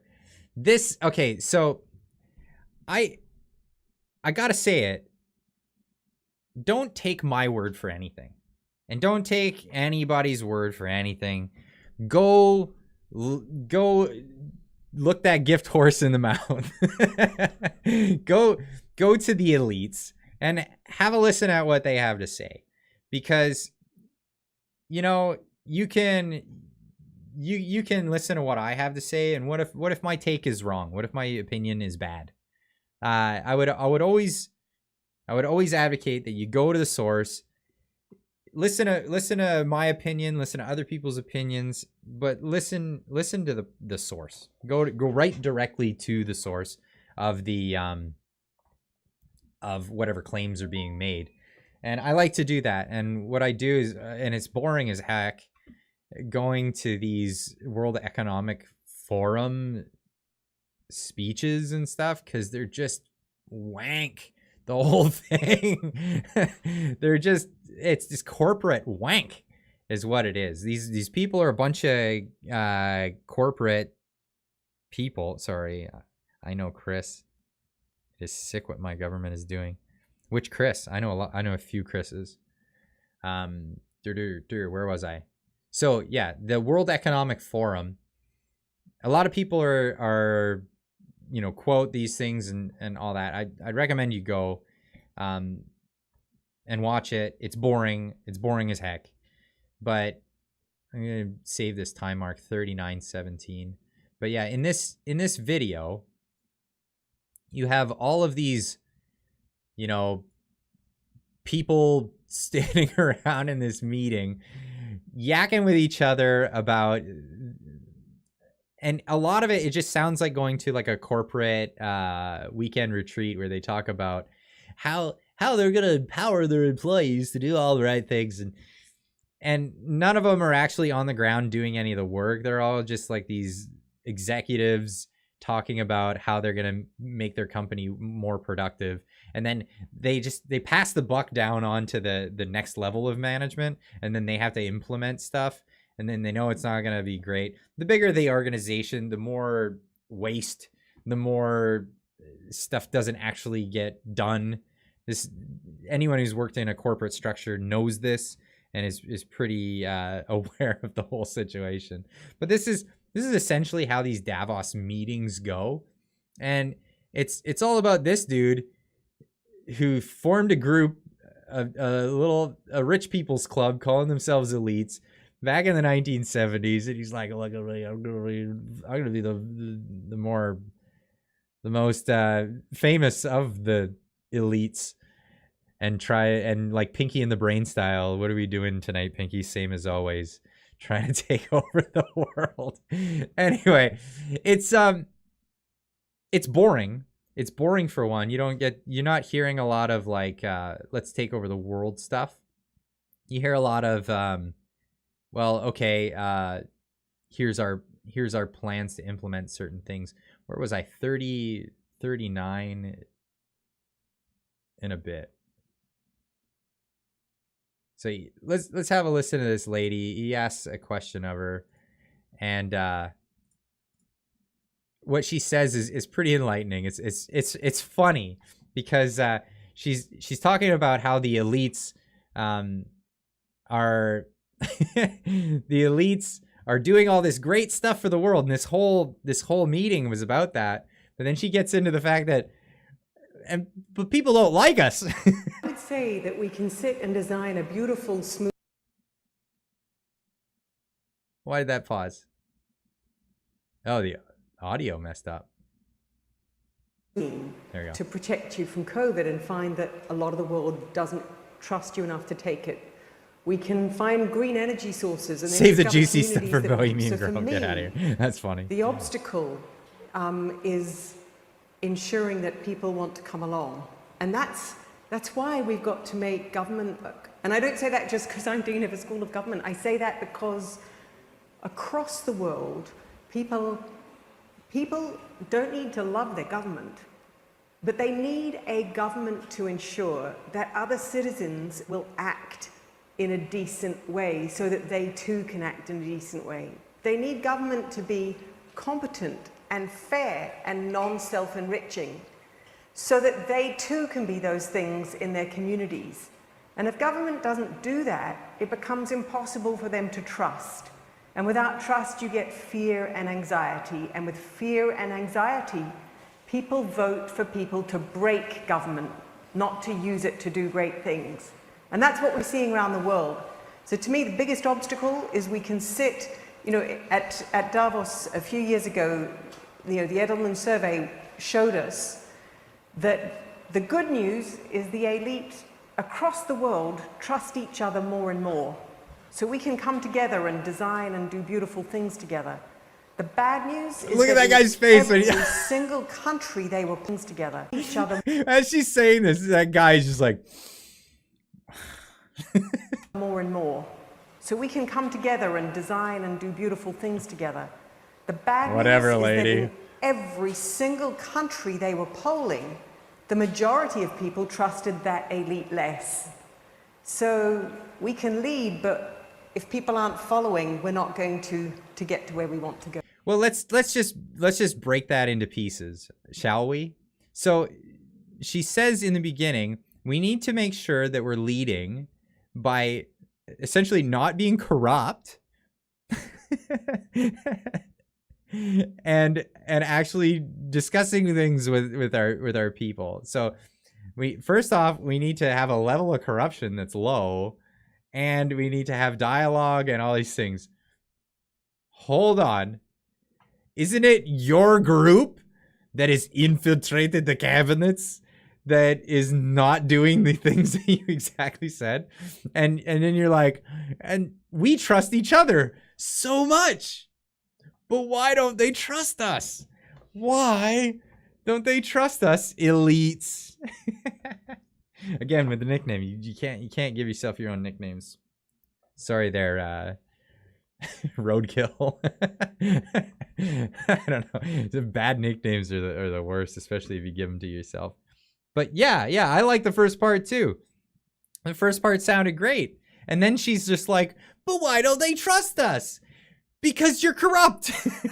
When it's the World Economic Forum and then these people are the ones who are in charge of our thing, our essentially our government. They have our government by the cojones at the moment. And you're saying the recipe is to not be corrupt. Let's go back and hear that. Do that, it becomes impossible for them to trust. We gotta go government for that. work. And I don't say that just because I'm Dean of a School of Government. I say that because across the world, people People don't need to love their government.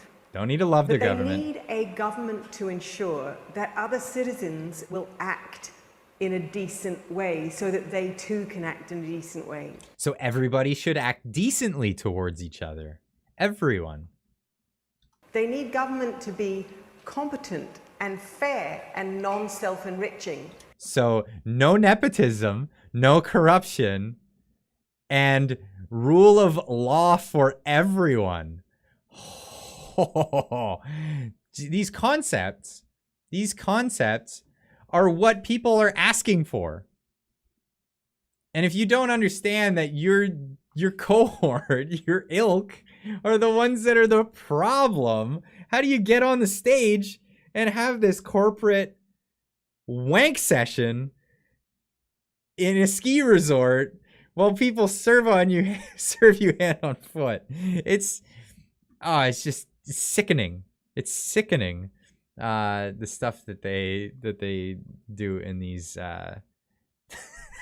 She's probably got kicked out. I wouldn't doubt it. And you know, it's really funny. Well, I don't know if it's funny or sad, but Chrystia Freeland, who's our deputy prime minister in Canada, she wrote a book criticizing the WEF. She wrote a book years ago criticizing the WEF, basically calling them out for all of this. For I can't remember the words that she used exactly, but she called them out for basically trying to be corporate elites. And what did they do? They recruited her. Now she doesn't complain, and she's a board member. Yeah, she's on the board of directors now. Yeah, exactly. Which is funny because she criticized them years ago. Wonder if I can find that. Freeland Bioweapons Labs. Yeah, I don't know if she's behind those, but I know she's definitely been involved with Ukrainian stuff. And that rabbit hole runs deep. Let me tell you, that is a scary one, especially with her ties to some bad guy groups over there. But yeah, that's definitely the thing. So yeah, these people over at the World Economic Forum, and just some of the things that they have to say is yikes. Now that gets me on to this particular. No, science. Whoa, sorry about the. Wow, right in the eardrums.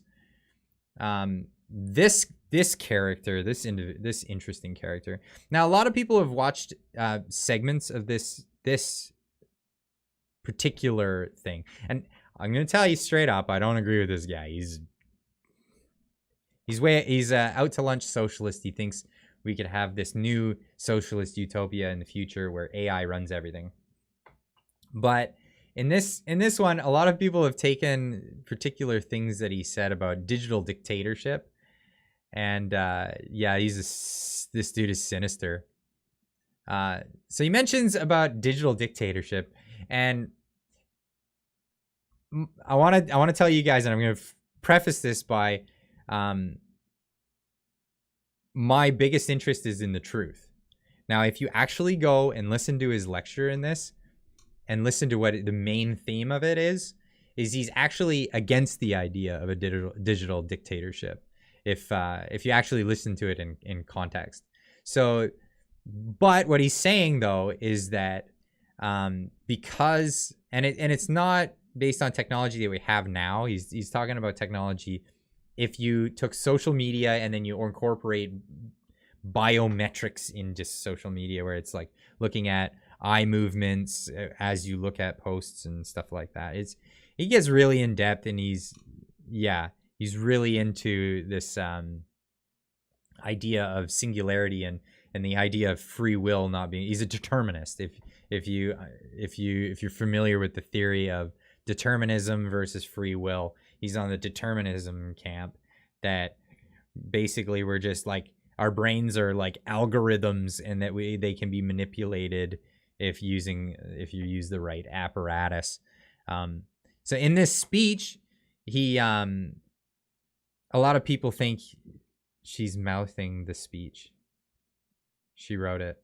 I'm not sure which one you're talking about. Oh, sorry. That I'm getting into somebody else's mid conversation in the chat. So this guy, yeah, this is super creepy, I know. But what he gets into is he talks about the digital dictatorship, and but he's actually arguing against it. But what he's arguing for in this is regulating big data. He believes that big data needs to be regulated. So, and he goes into a lot of like principles that took place during the last big industrial revolution, points throughout history, and he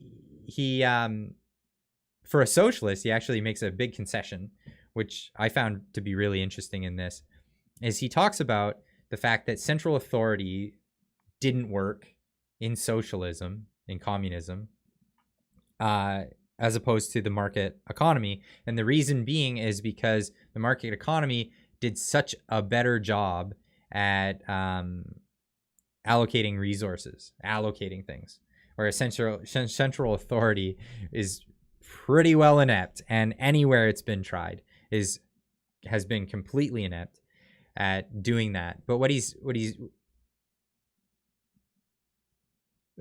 gets into from there. So from there he says, but AI will be able to do a way better job at doing that. And that's where I think there's just a lot of wishful thinking on the part of this guy.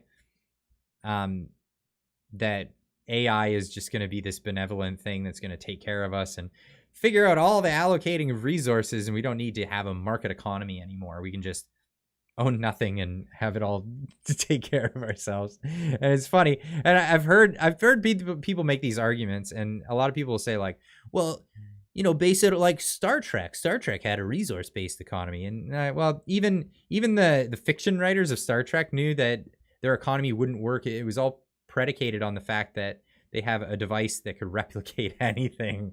If you don't have that device, none of it works. It all falls apart. Yeah, you need market mechanisms to set prices, because the price mechanism gets super boring if you're not interested in economics, but like price mechanism is the thing that allocates scarcity, and it's a market mechanism to determine how much of a thing gets used up and gets distributed, and how it gets distributed. The price mechanism is something that no one's been able to overcome. Every communist that's tried has done so at the risk of the lives of millions of their citizens, no matter where it's been tried.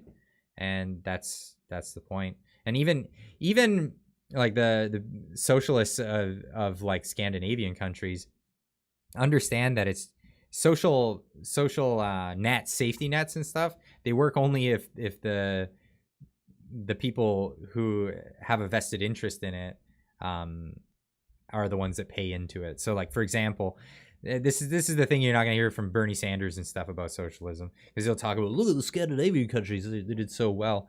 And yeah, but they don't tax the crap out of large businesses like he's advocating, right? That's not something that they actually do over there. Anyway, getting back to this creepy dude, this really, really creepy dude. When he says that hacking humans, I don't know if he's necessarily saying that he's the one who wants to hack the people and he wants to create the digital dictatorship, but it's kind of a warning that this is something that people are working on. But he's advocating for the regulation of big data. Now, a lot of people would argue in the opposite way. So people who, again, he's a socialist, and he argues that socialism is a good thing, and up until recently, probably, I don't know, I'm speculating that like all other socialists, they believed that the market economy was a terrible thing for humanity. Or he concedes in this lecture anyway that's not the case.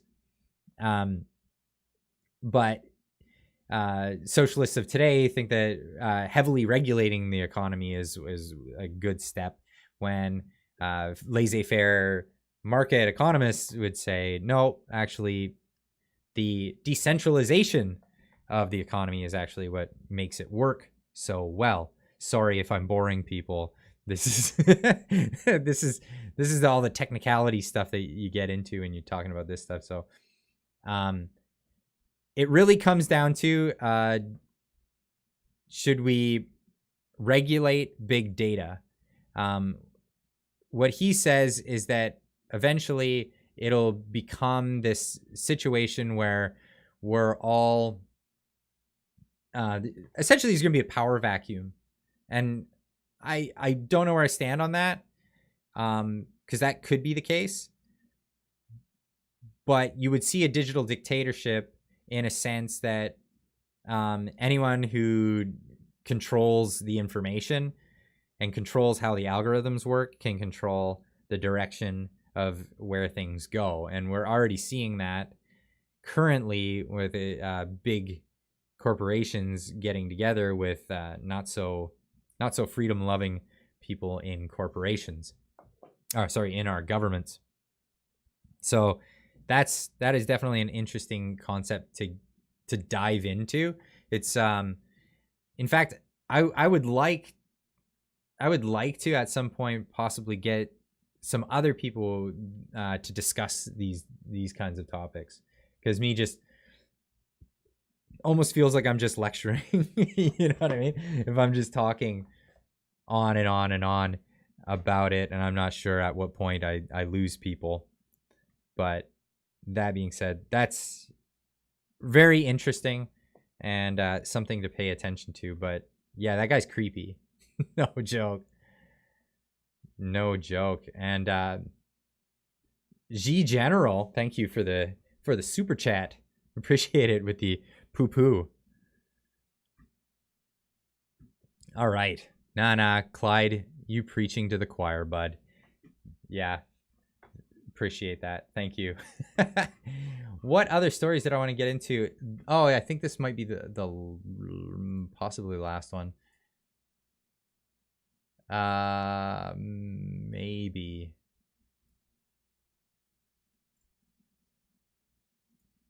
Possibly. Oh yeah, today's video. I want to touch on this one again because it was just so funny. It cracked me up. Ottawa, or CTV News, Transport Canada investigating whether a flight into Ottawa during the Convoy protest breached vaccination rules. So I tried to keep it brief in my video about it today. I don't know how many people in the chat caught that, but this just cracked me up to such a degree, because this article is the ultimate nitpick. And you're talking about essentially state-funded media. I mean, CTV is an independent news organization, technically, that was bailed out several times and gets a majority of its funding from the Trudeau government itself. So, you know, people cater to the people that fund their industry. So, I mean, you guys are the ones that you know, sponsor this channel. You guys are the ones that watch the videos.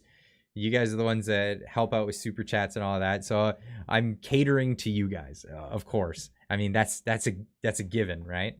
And if people don't like the content that I make, then either they fall off, and I make stuff that falls in line with what they want, or they fall off and you know, go watch something else.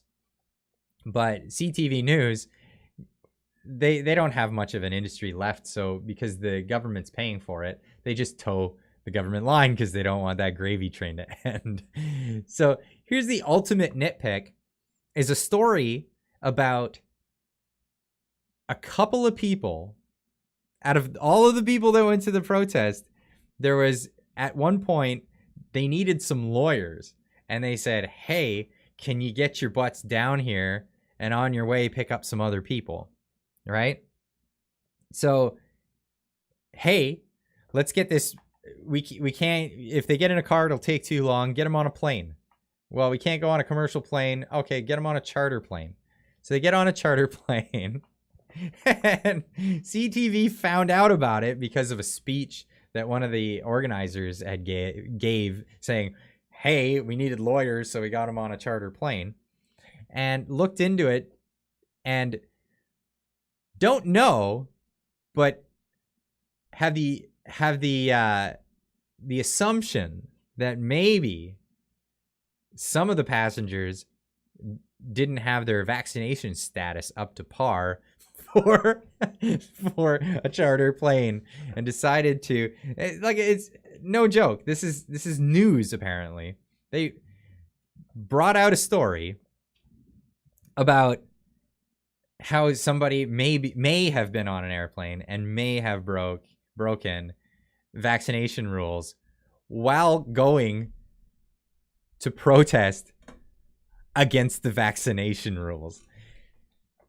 Can't make this up. Can't make this up. So that's the story. Apparently, if found guilty, if they investigate this and find that individual guilty, it might be a $5,000, up to a $5,000 fine for that individual, and up to $25,000 for the charter plane. I'm willing to bet that CTV spent more than that. Spent more than $30,000 tracking this stuff down. Unbelievable. But yeah, they had a whole story on it, and that's where our tax dollars are going, ladies and gentlemen. That's the fine work of journalists in Canada. They haven't got much left to talk about, and nor do I, actually. I wanted to touch on one last thing.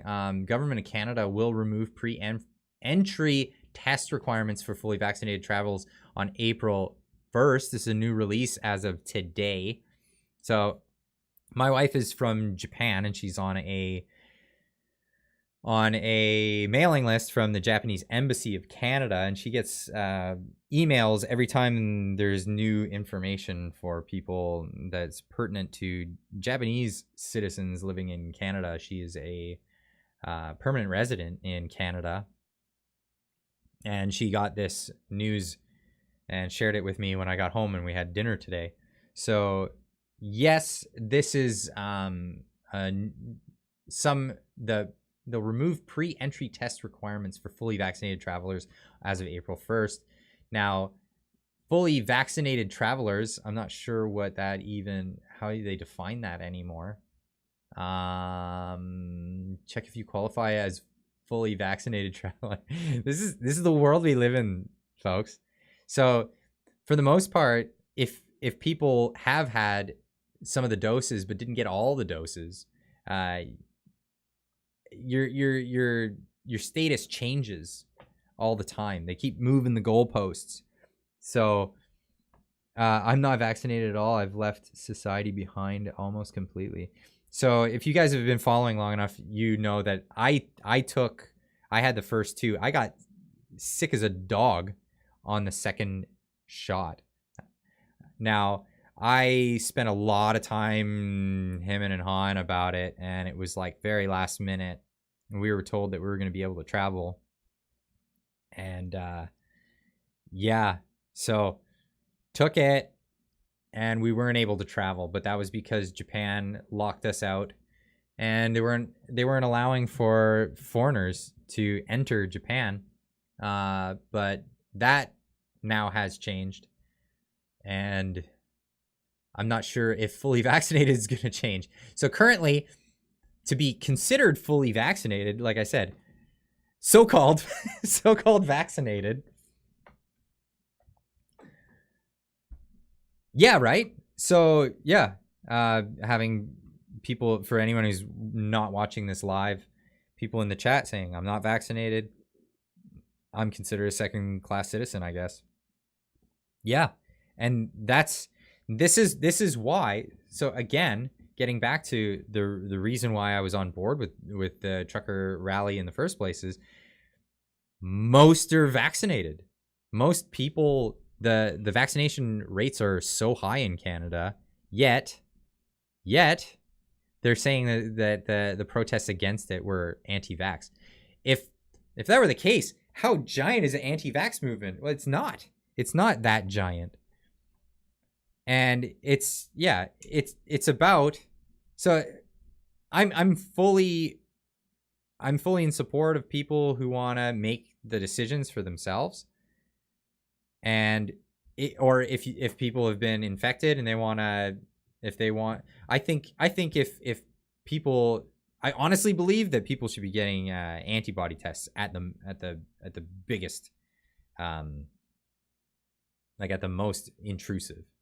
Most intrusive should be, okay, you really need to do a thing. Let's do an antibody test. And if you got antibodies for it, well then, what the heck why are we arguing? That's really in Japan, late 19, early 20, before the. Oh, you were there. Cool. I used to live there. I love Japan and haven't been back in 2.5 years. It's terrible. So, yeah, currently to qualify as fully vaccinated travel in Canada, you must have received at least 2 doses of vaccine, except for travel, a mix of 2 accepted vaccines. What does that even mean? Or at least 1 dose of the Johnson & Johnson, or Johnson & Johnson. What is this? Vaccine. So you must have 2 doses of a vaccine, except for travel, a mix of 2 accepted vaccines. So no booster. Have received your second dose at least 14 calendar days before you enter Canada. Oh, okay. So you have to have it at least 2 weeks before and have no symptoms. Follow pre-entry testing and entry requirements. Upload proof of vaccination in ArriveCan. So a lot of people are pretty choked about this ArriveCan crap. And this is where my gripes are with the whole thing, is the tracking and trying to pay attention and dibs on your every movement and where you've been and what restaurants you've been patronizing and what places you're at and where you've been shopping. We want to know everything about you. We want to know what Jello puddings you've been eating. I don't agree with any of that. I really don't. really don't. Free to BJ. B Jackie. Thank you. You just did something. Welcome to the membership on the channel. Thank you very much for your support. But yes, I think people should have the right to choose to or not to poke or not to poke. That is the question. And that should be your own free choice to do whatever it is that you want to do. I think antibody testing, I think, should be a thing. Let's move back to Japan before Canada implodes in 2023. Who knows? Holy cow. I like where I live right now. I really do. I hope things don't get worse. And I want to fight tooth and nail to make sure things stay good. ArriveCan, though, this stuff's got to go. So like I said earlier, if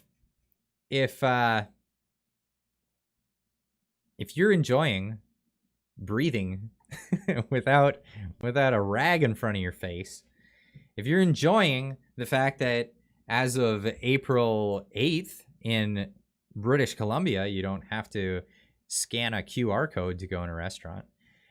And that's see, again, this is where I drew the line. Last weekend, we went to go to a White Spot restaurant. For those that don't know, White Spot is a franchise in British Columbia. It's kind of like going to the Keg, sort of, a bit. It's just a franchise sit-down restaurant. And yeah, you can go in with your family. It's kind of like a family-friendly place. So went, And we were about to be seated, and the woman asked us for scanning QR codes. And no, not into that. So I'm a bit like Viva Fry, where, you know, I got it, I have it, but screw you if you ask me for it. I'm just not gonna give it. I don't agree with it, so I'm not gonna do it. Sorry, not sorry. That's where I stand.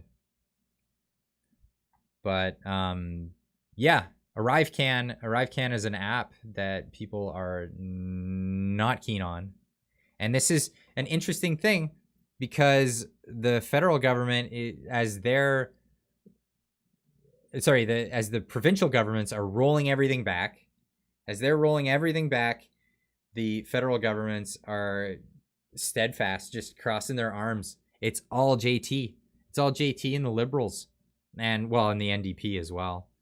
That the NDP, amazing. Which reminds me, before we call it quits for the night, I wanted to show you some Twitter. Twitter's the funny place where a lot of people like to I can't show that one. Oh god. Sorry folks. If you want to see some funny stuff, go. If you're on Twitter, give me a follow. And I like to share some of the fun stuff that we see. Let's go through a day in Twitter. I'm gonna have to skip that one because you're not allowed to see that. Not on here anyway. Wow. So yeah, Washington D.C. An angry, belligerent masked man confronted participants of the People's Convoy, calling them bad people and bad stuff. That's the world we live in today. And this guy comes out. I can't put the audio on because there's so many F-bombs. He drops so many F-bombs that I can't have that on the channel. It's just not good. New to this, was hoping we're talking about RuPaul, etc. That was earlier in the stream. Free to be. See, definitely check out the early parts of the stream. But yeah, we definitely were talking about that earlier, because according to Time Magazine, men do everything better, including being women. That's just the thing. But again, you can go back to the beginning of the stream after and check that out. I'm gonna have to quickly zip right over that one because that one's a little too racy for the YouTubes. But check out my Twitter and you can have a look at that one. We live in a time where intelligent people are being silenced so that stupid people won't be offended. That's correct. If you guys don't remember who this guy is, Kevin Sorbo, he is Mr. Hercules incarnate. He played Hercules on the TV series. Awesome dude. Give him a follow. But he's got some good quips on Twitter daily. But this one from today says, remember when we treated the flu with tea, soup, and saltines instead of communism? Nailed that one on the head. Oh, yeah. This is another one that caught my eye. I wanted to share with you. We're not pretty loud. Turn that down. But yeah, this is the Winnipeg police. They described the convoy protesters as some of the most reasonable and welcoming protesters they've ever dealt with. So this is the reality on the ground, who the people actually are. It says, anyway, I'll just let him speak. I think this becomes a bit of a political discussion, not a police discussion. I think there are going to be people, whenever there's a protest, who are not happy with the position of the protesters. And I think in the climate we live in now in 2022, there's a fair degree of polarization.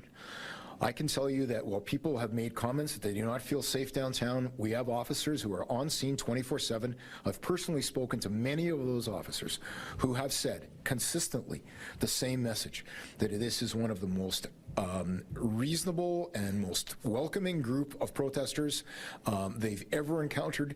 That is from frontline uniform officers standing on Memorial up into including senior officers who've been in negotiations with the leaders. protesters. So while I understand that people are saying they're not happy, and some people feel that the situation is intimidating, I think that is not to be unexpected when people hold vastly differing views, but that does not mean that the feelings of intimidation are actually based on reality. I love where he goes with this. What police and law enforcement would view as intimidating. And we see examples of intimidating behavior all the time. I think we are pretty good at being able to assess the difference between what is in fact real intimidating behavior and what are perceptions. And I don't want to minimize those perceptions, but we can't alter people's perceptions. Our attempt is to keep everybody safe, and we've been able to do that. I don't want to call you snowflakes, but you're melting like snowflakes. It's really, I mean, this is the most polite way of putting that out there. You know, that was a very, very polite way of saying that. This was a really good one from today. This is a health expert. This is a Democrat. Oof. This is a woman. You can't read it. At the bottom it says, "This is the truth. This is a conspiracy theory, and this is a coincidence." Yikes. Yeah, Twitter, a great place. Shout out to all the Irish people whose families were enslaved, came to the U.S. for a better life, worked in factories, and then got called privileged and blamed for slavery by beta male soy drinking hypocrites and depressed feminists. Twitter's an interesting place, ladies and gents. It is an interesting place, and I enjoy taking you guys for the ride. I think it's interesting. Before we get out of here, I want to ask you guys where you're all from, but don't just put where you're from. I want to know what age demographic you're in. Put your, you don't have to write your exact age, just in your what-is, like in your 40s, in your 30s, high 40s, high 30s, high 20s, in your late teens. I don't know. Just put where you're from, how old. I'm kind of interested. I want to know what kind of crowd we got here, what kind of people are hanging out. If we got a whole group of boomers, if we got a whole group of youngins, if we got people's in-betweens, we got millennials, if we've got Gen Xers. Gen Xers are the ones that nobody ever talks about, and I want to start digging into that, because that is an interesting demographic, to say the least. Wow. Okay, we got lots here. We got lots between 50 and 58, 69. Ooh, 420. Sorry, I'm catching up. Ottawa 29. Youngins. Vancouver 58. Nelson, BC 52. Okay, we got a pretty mixed crowd here. Ontario 50 plus. Kelowna 30s. Interior BC 40s. Believe it or not, folks, I'll be turning 40 this summer. Lordy, look who's gonna be 40. That's a thing.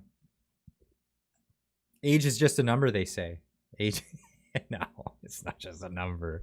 I feel it in my knees and my lower back. 65, Nova Scotia. 65. Amazing that you figured out the interwebs, and here you are. 29. Sarnia area. I grew up in Windsor, Ontario. I've been to Sarnia a few times. Edmonton 45. Saskatchewan South late 60. Wow, there's some people up there. Baby. 39, and I'm gonna be back in your Discord tomorrow to show my latest discovery on the WEF. I'm interested, definitely. We the awake people. I need a good mechanic. Where are you, Clyde? If you're not in BC, I can't help you. But there are good mechanics all over the place. You just, if they try to sell you the headlight fluid, turn away. My dad was from Windsor. A lot of people were from Windsor. That's good. Lots of 60-sums in here. That's interesting. 63, well, in Ontario. 67, but feel like 50. Well, good on ya. 55, burning. So a lot of boomers. We got boomers in the chat. That's amazing. Boomers. And Gen Xers. Gen X is the the generation that never gets talked about anymore. Everybody talks about millennials, they talk about Zoomers, and they talk about boomers. And Gen Xers are just like sitting in the corner saying, "Don't talk about me. Don't bring me up. Don't bring it up. Don't bring it up. I don't want you talking about me. Me and my proclivity to watching reruns of Friends and being concerned about boomer things. Not boomer things. Sorry, Gen X things. Gen X is a very interesting generation. I'm personally, I'm the youngest of 8 children in my family, and I'm the only millennial in that bunch. I'm because I was born in the 80s, technically, I'm a millennial. I was at the beginning. I grew up on the Nintendo Entertainment System and Commodore 64. I'm the first of the millennials. But yeah, all my siblings are Gen Xers, and they do very stereotypical Gen X things. It's quite the thing. But nice. The 80s rocked. The 80s were great. And it was the beginning of the computing generation. And now we're in a completely different era of computing. Oh, the 64. Yes. And guess what? I scored one. You see that right there? Right there. That's a Commodore 64, believe it or not, ladies and gentlemen. If you don't know what that is, it's a computer from 1984, I believe. No, 82? Was it 82 or 84? My first one I had was, I think it was 86 when I had it. Gen X. Yeah, Generation X. The last generation to watch TV. I mean, everyone does things on the internet. Do people still watch TV? I don't know. Hit that like button, everybody. That's right. Before we leave for the evening. But yeah, thank you all for sharing where you're from, what age demographic you're in. Started with Vic 20. Wow, you're going way back. Going way back. I think Vic 20 was like 78, 79. It was before my time. Before my time. I was early 80s, baby. But I didn't know what was going on until like the later 80s. I mean, when you're born in the early 80s, you didn't really grow up in the 80s, you know what I mean? Like I grew up in the 90s technically. That's the way it goes. But yes, this is going to be the conclusion of the stream. I want to thank everyone for tuning in. If you haven't already yet, hit that subscribe button. Don't forget to hit the like on the video. It helps out the algorithmics. Don't forget, we are accepting new members into the community. We just started the new members tab. That's a new thing for this channel. I activated it just recently, and there's just a few little perks. There's emojis you can use in the chats here, and also it gives you status on the chat. It makes it elevates your status in the chat, if that means anything to you. But otherwise, it helps support the channel and keeps the lights on, keeps things rolling. And yeah, I want to thank you guys all for tuning into the videos that I put out every single weekday. I've stopped doing it on the weekends because I'm devoting more time on the weekends to hanging out with the family, because they deserve it. They gave me a break during the rush time of the convoy for me to put out videos every single day. Doing what I can for you guys, doing the best that I can, and hoping to get more information out there. Please feel free to share, like, and subscribe. And I want to thank you one last time, and thank you for the super chat, Angela Knox. Thank you so much, and good night, everybody.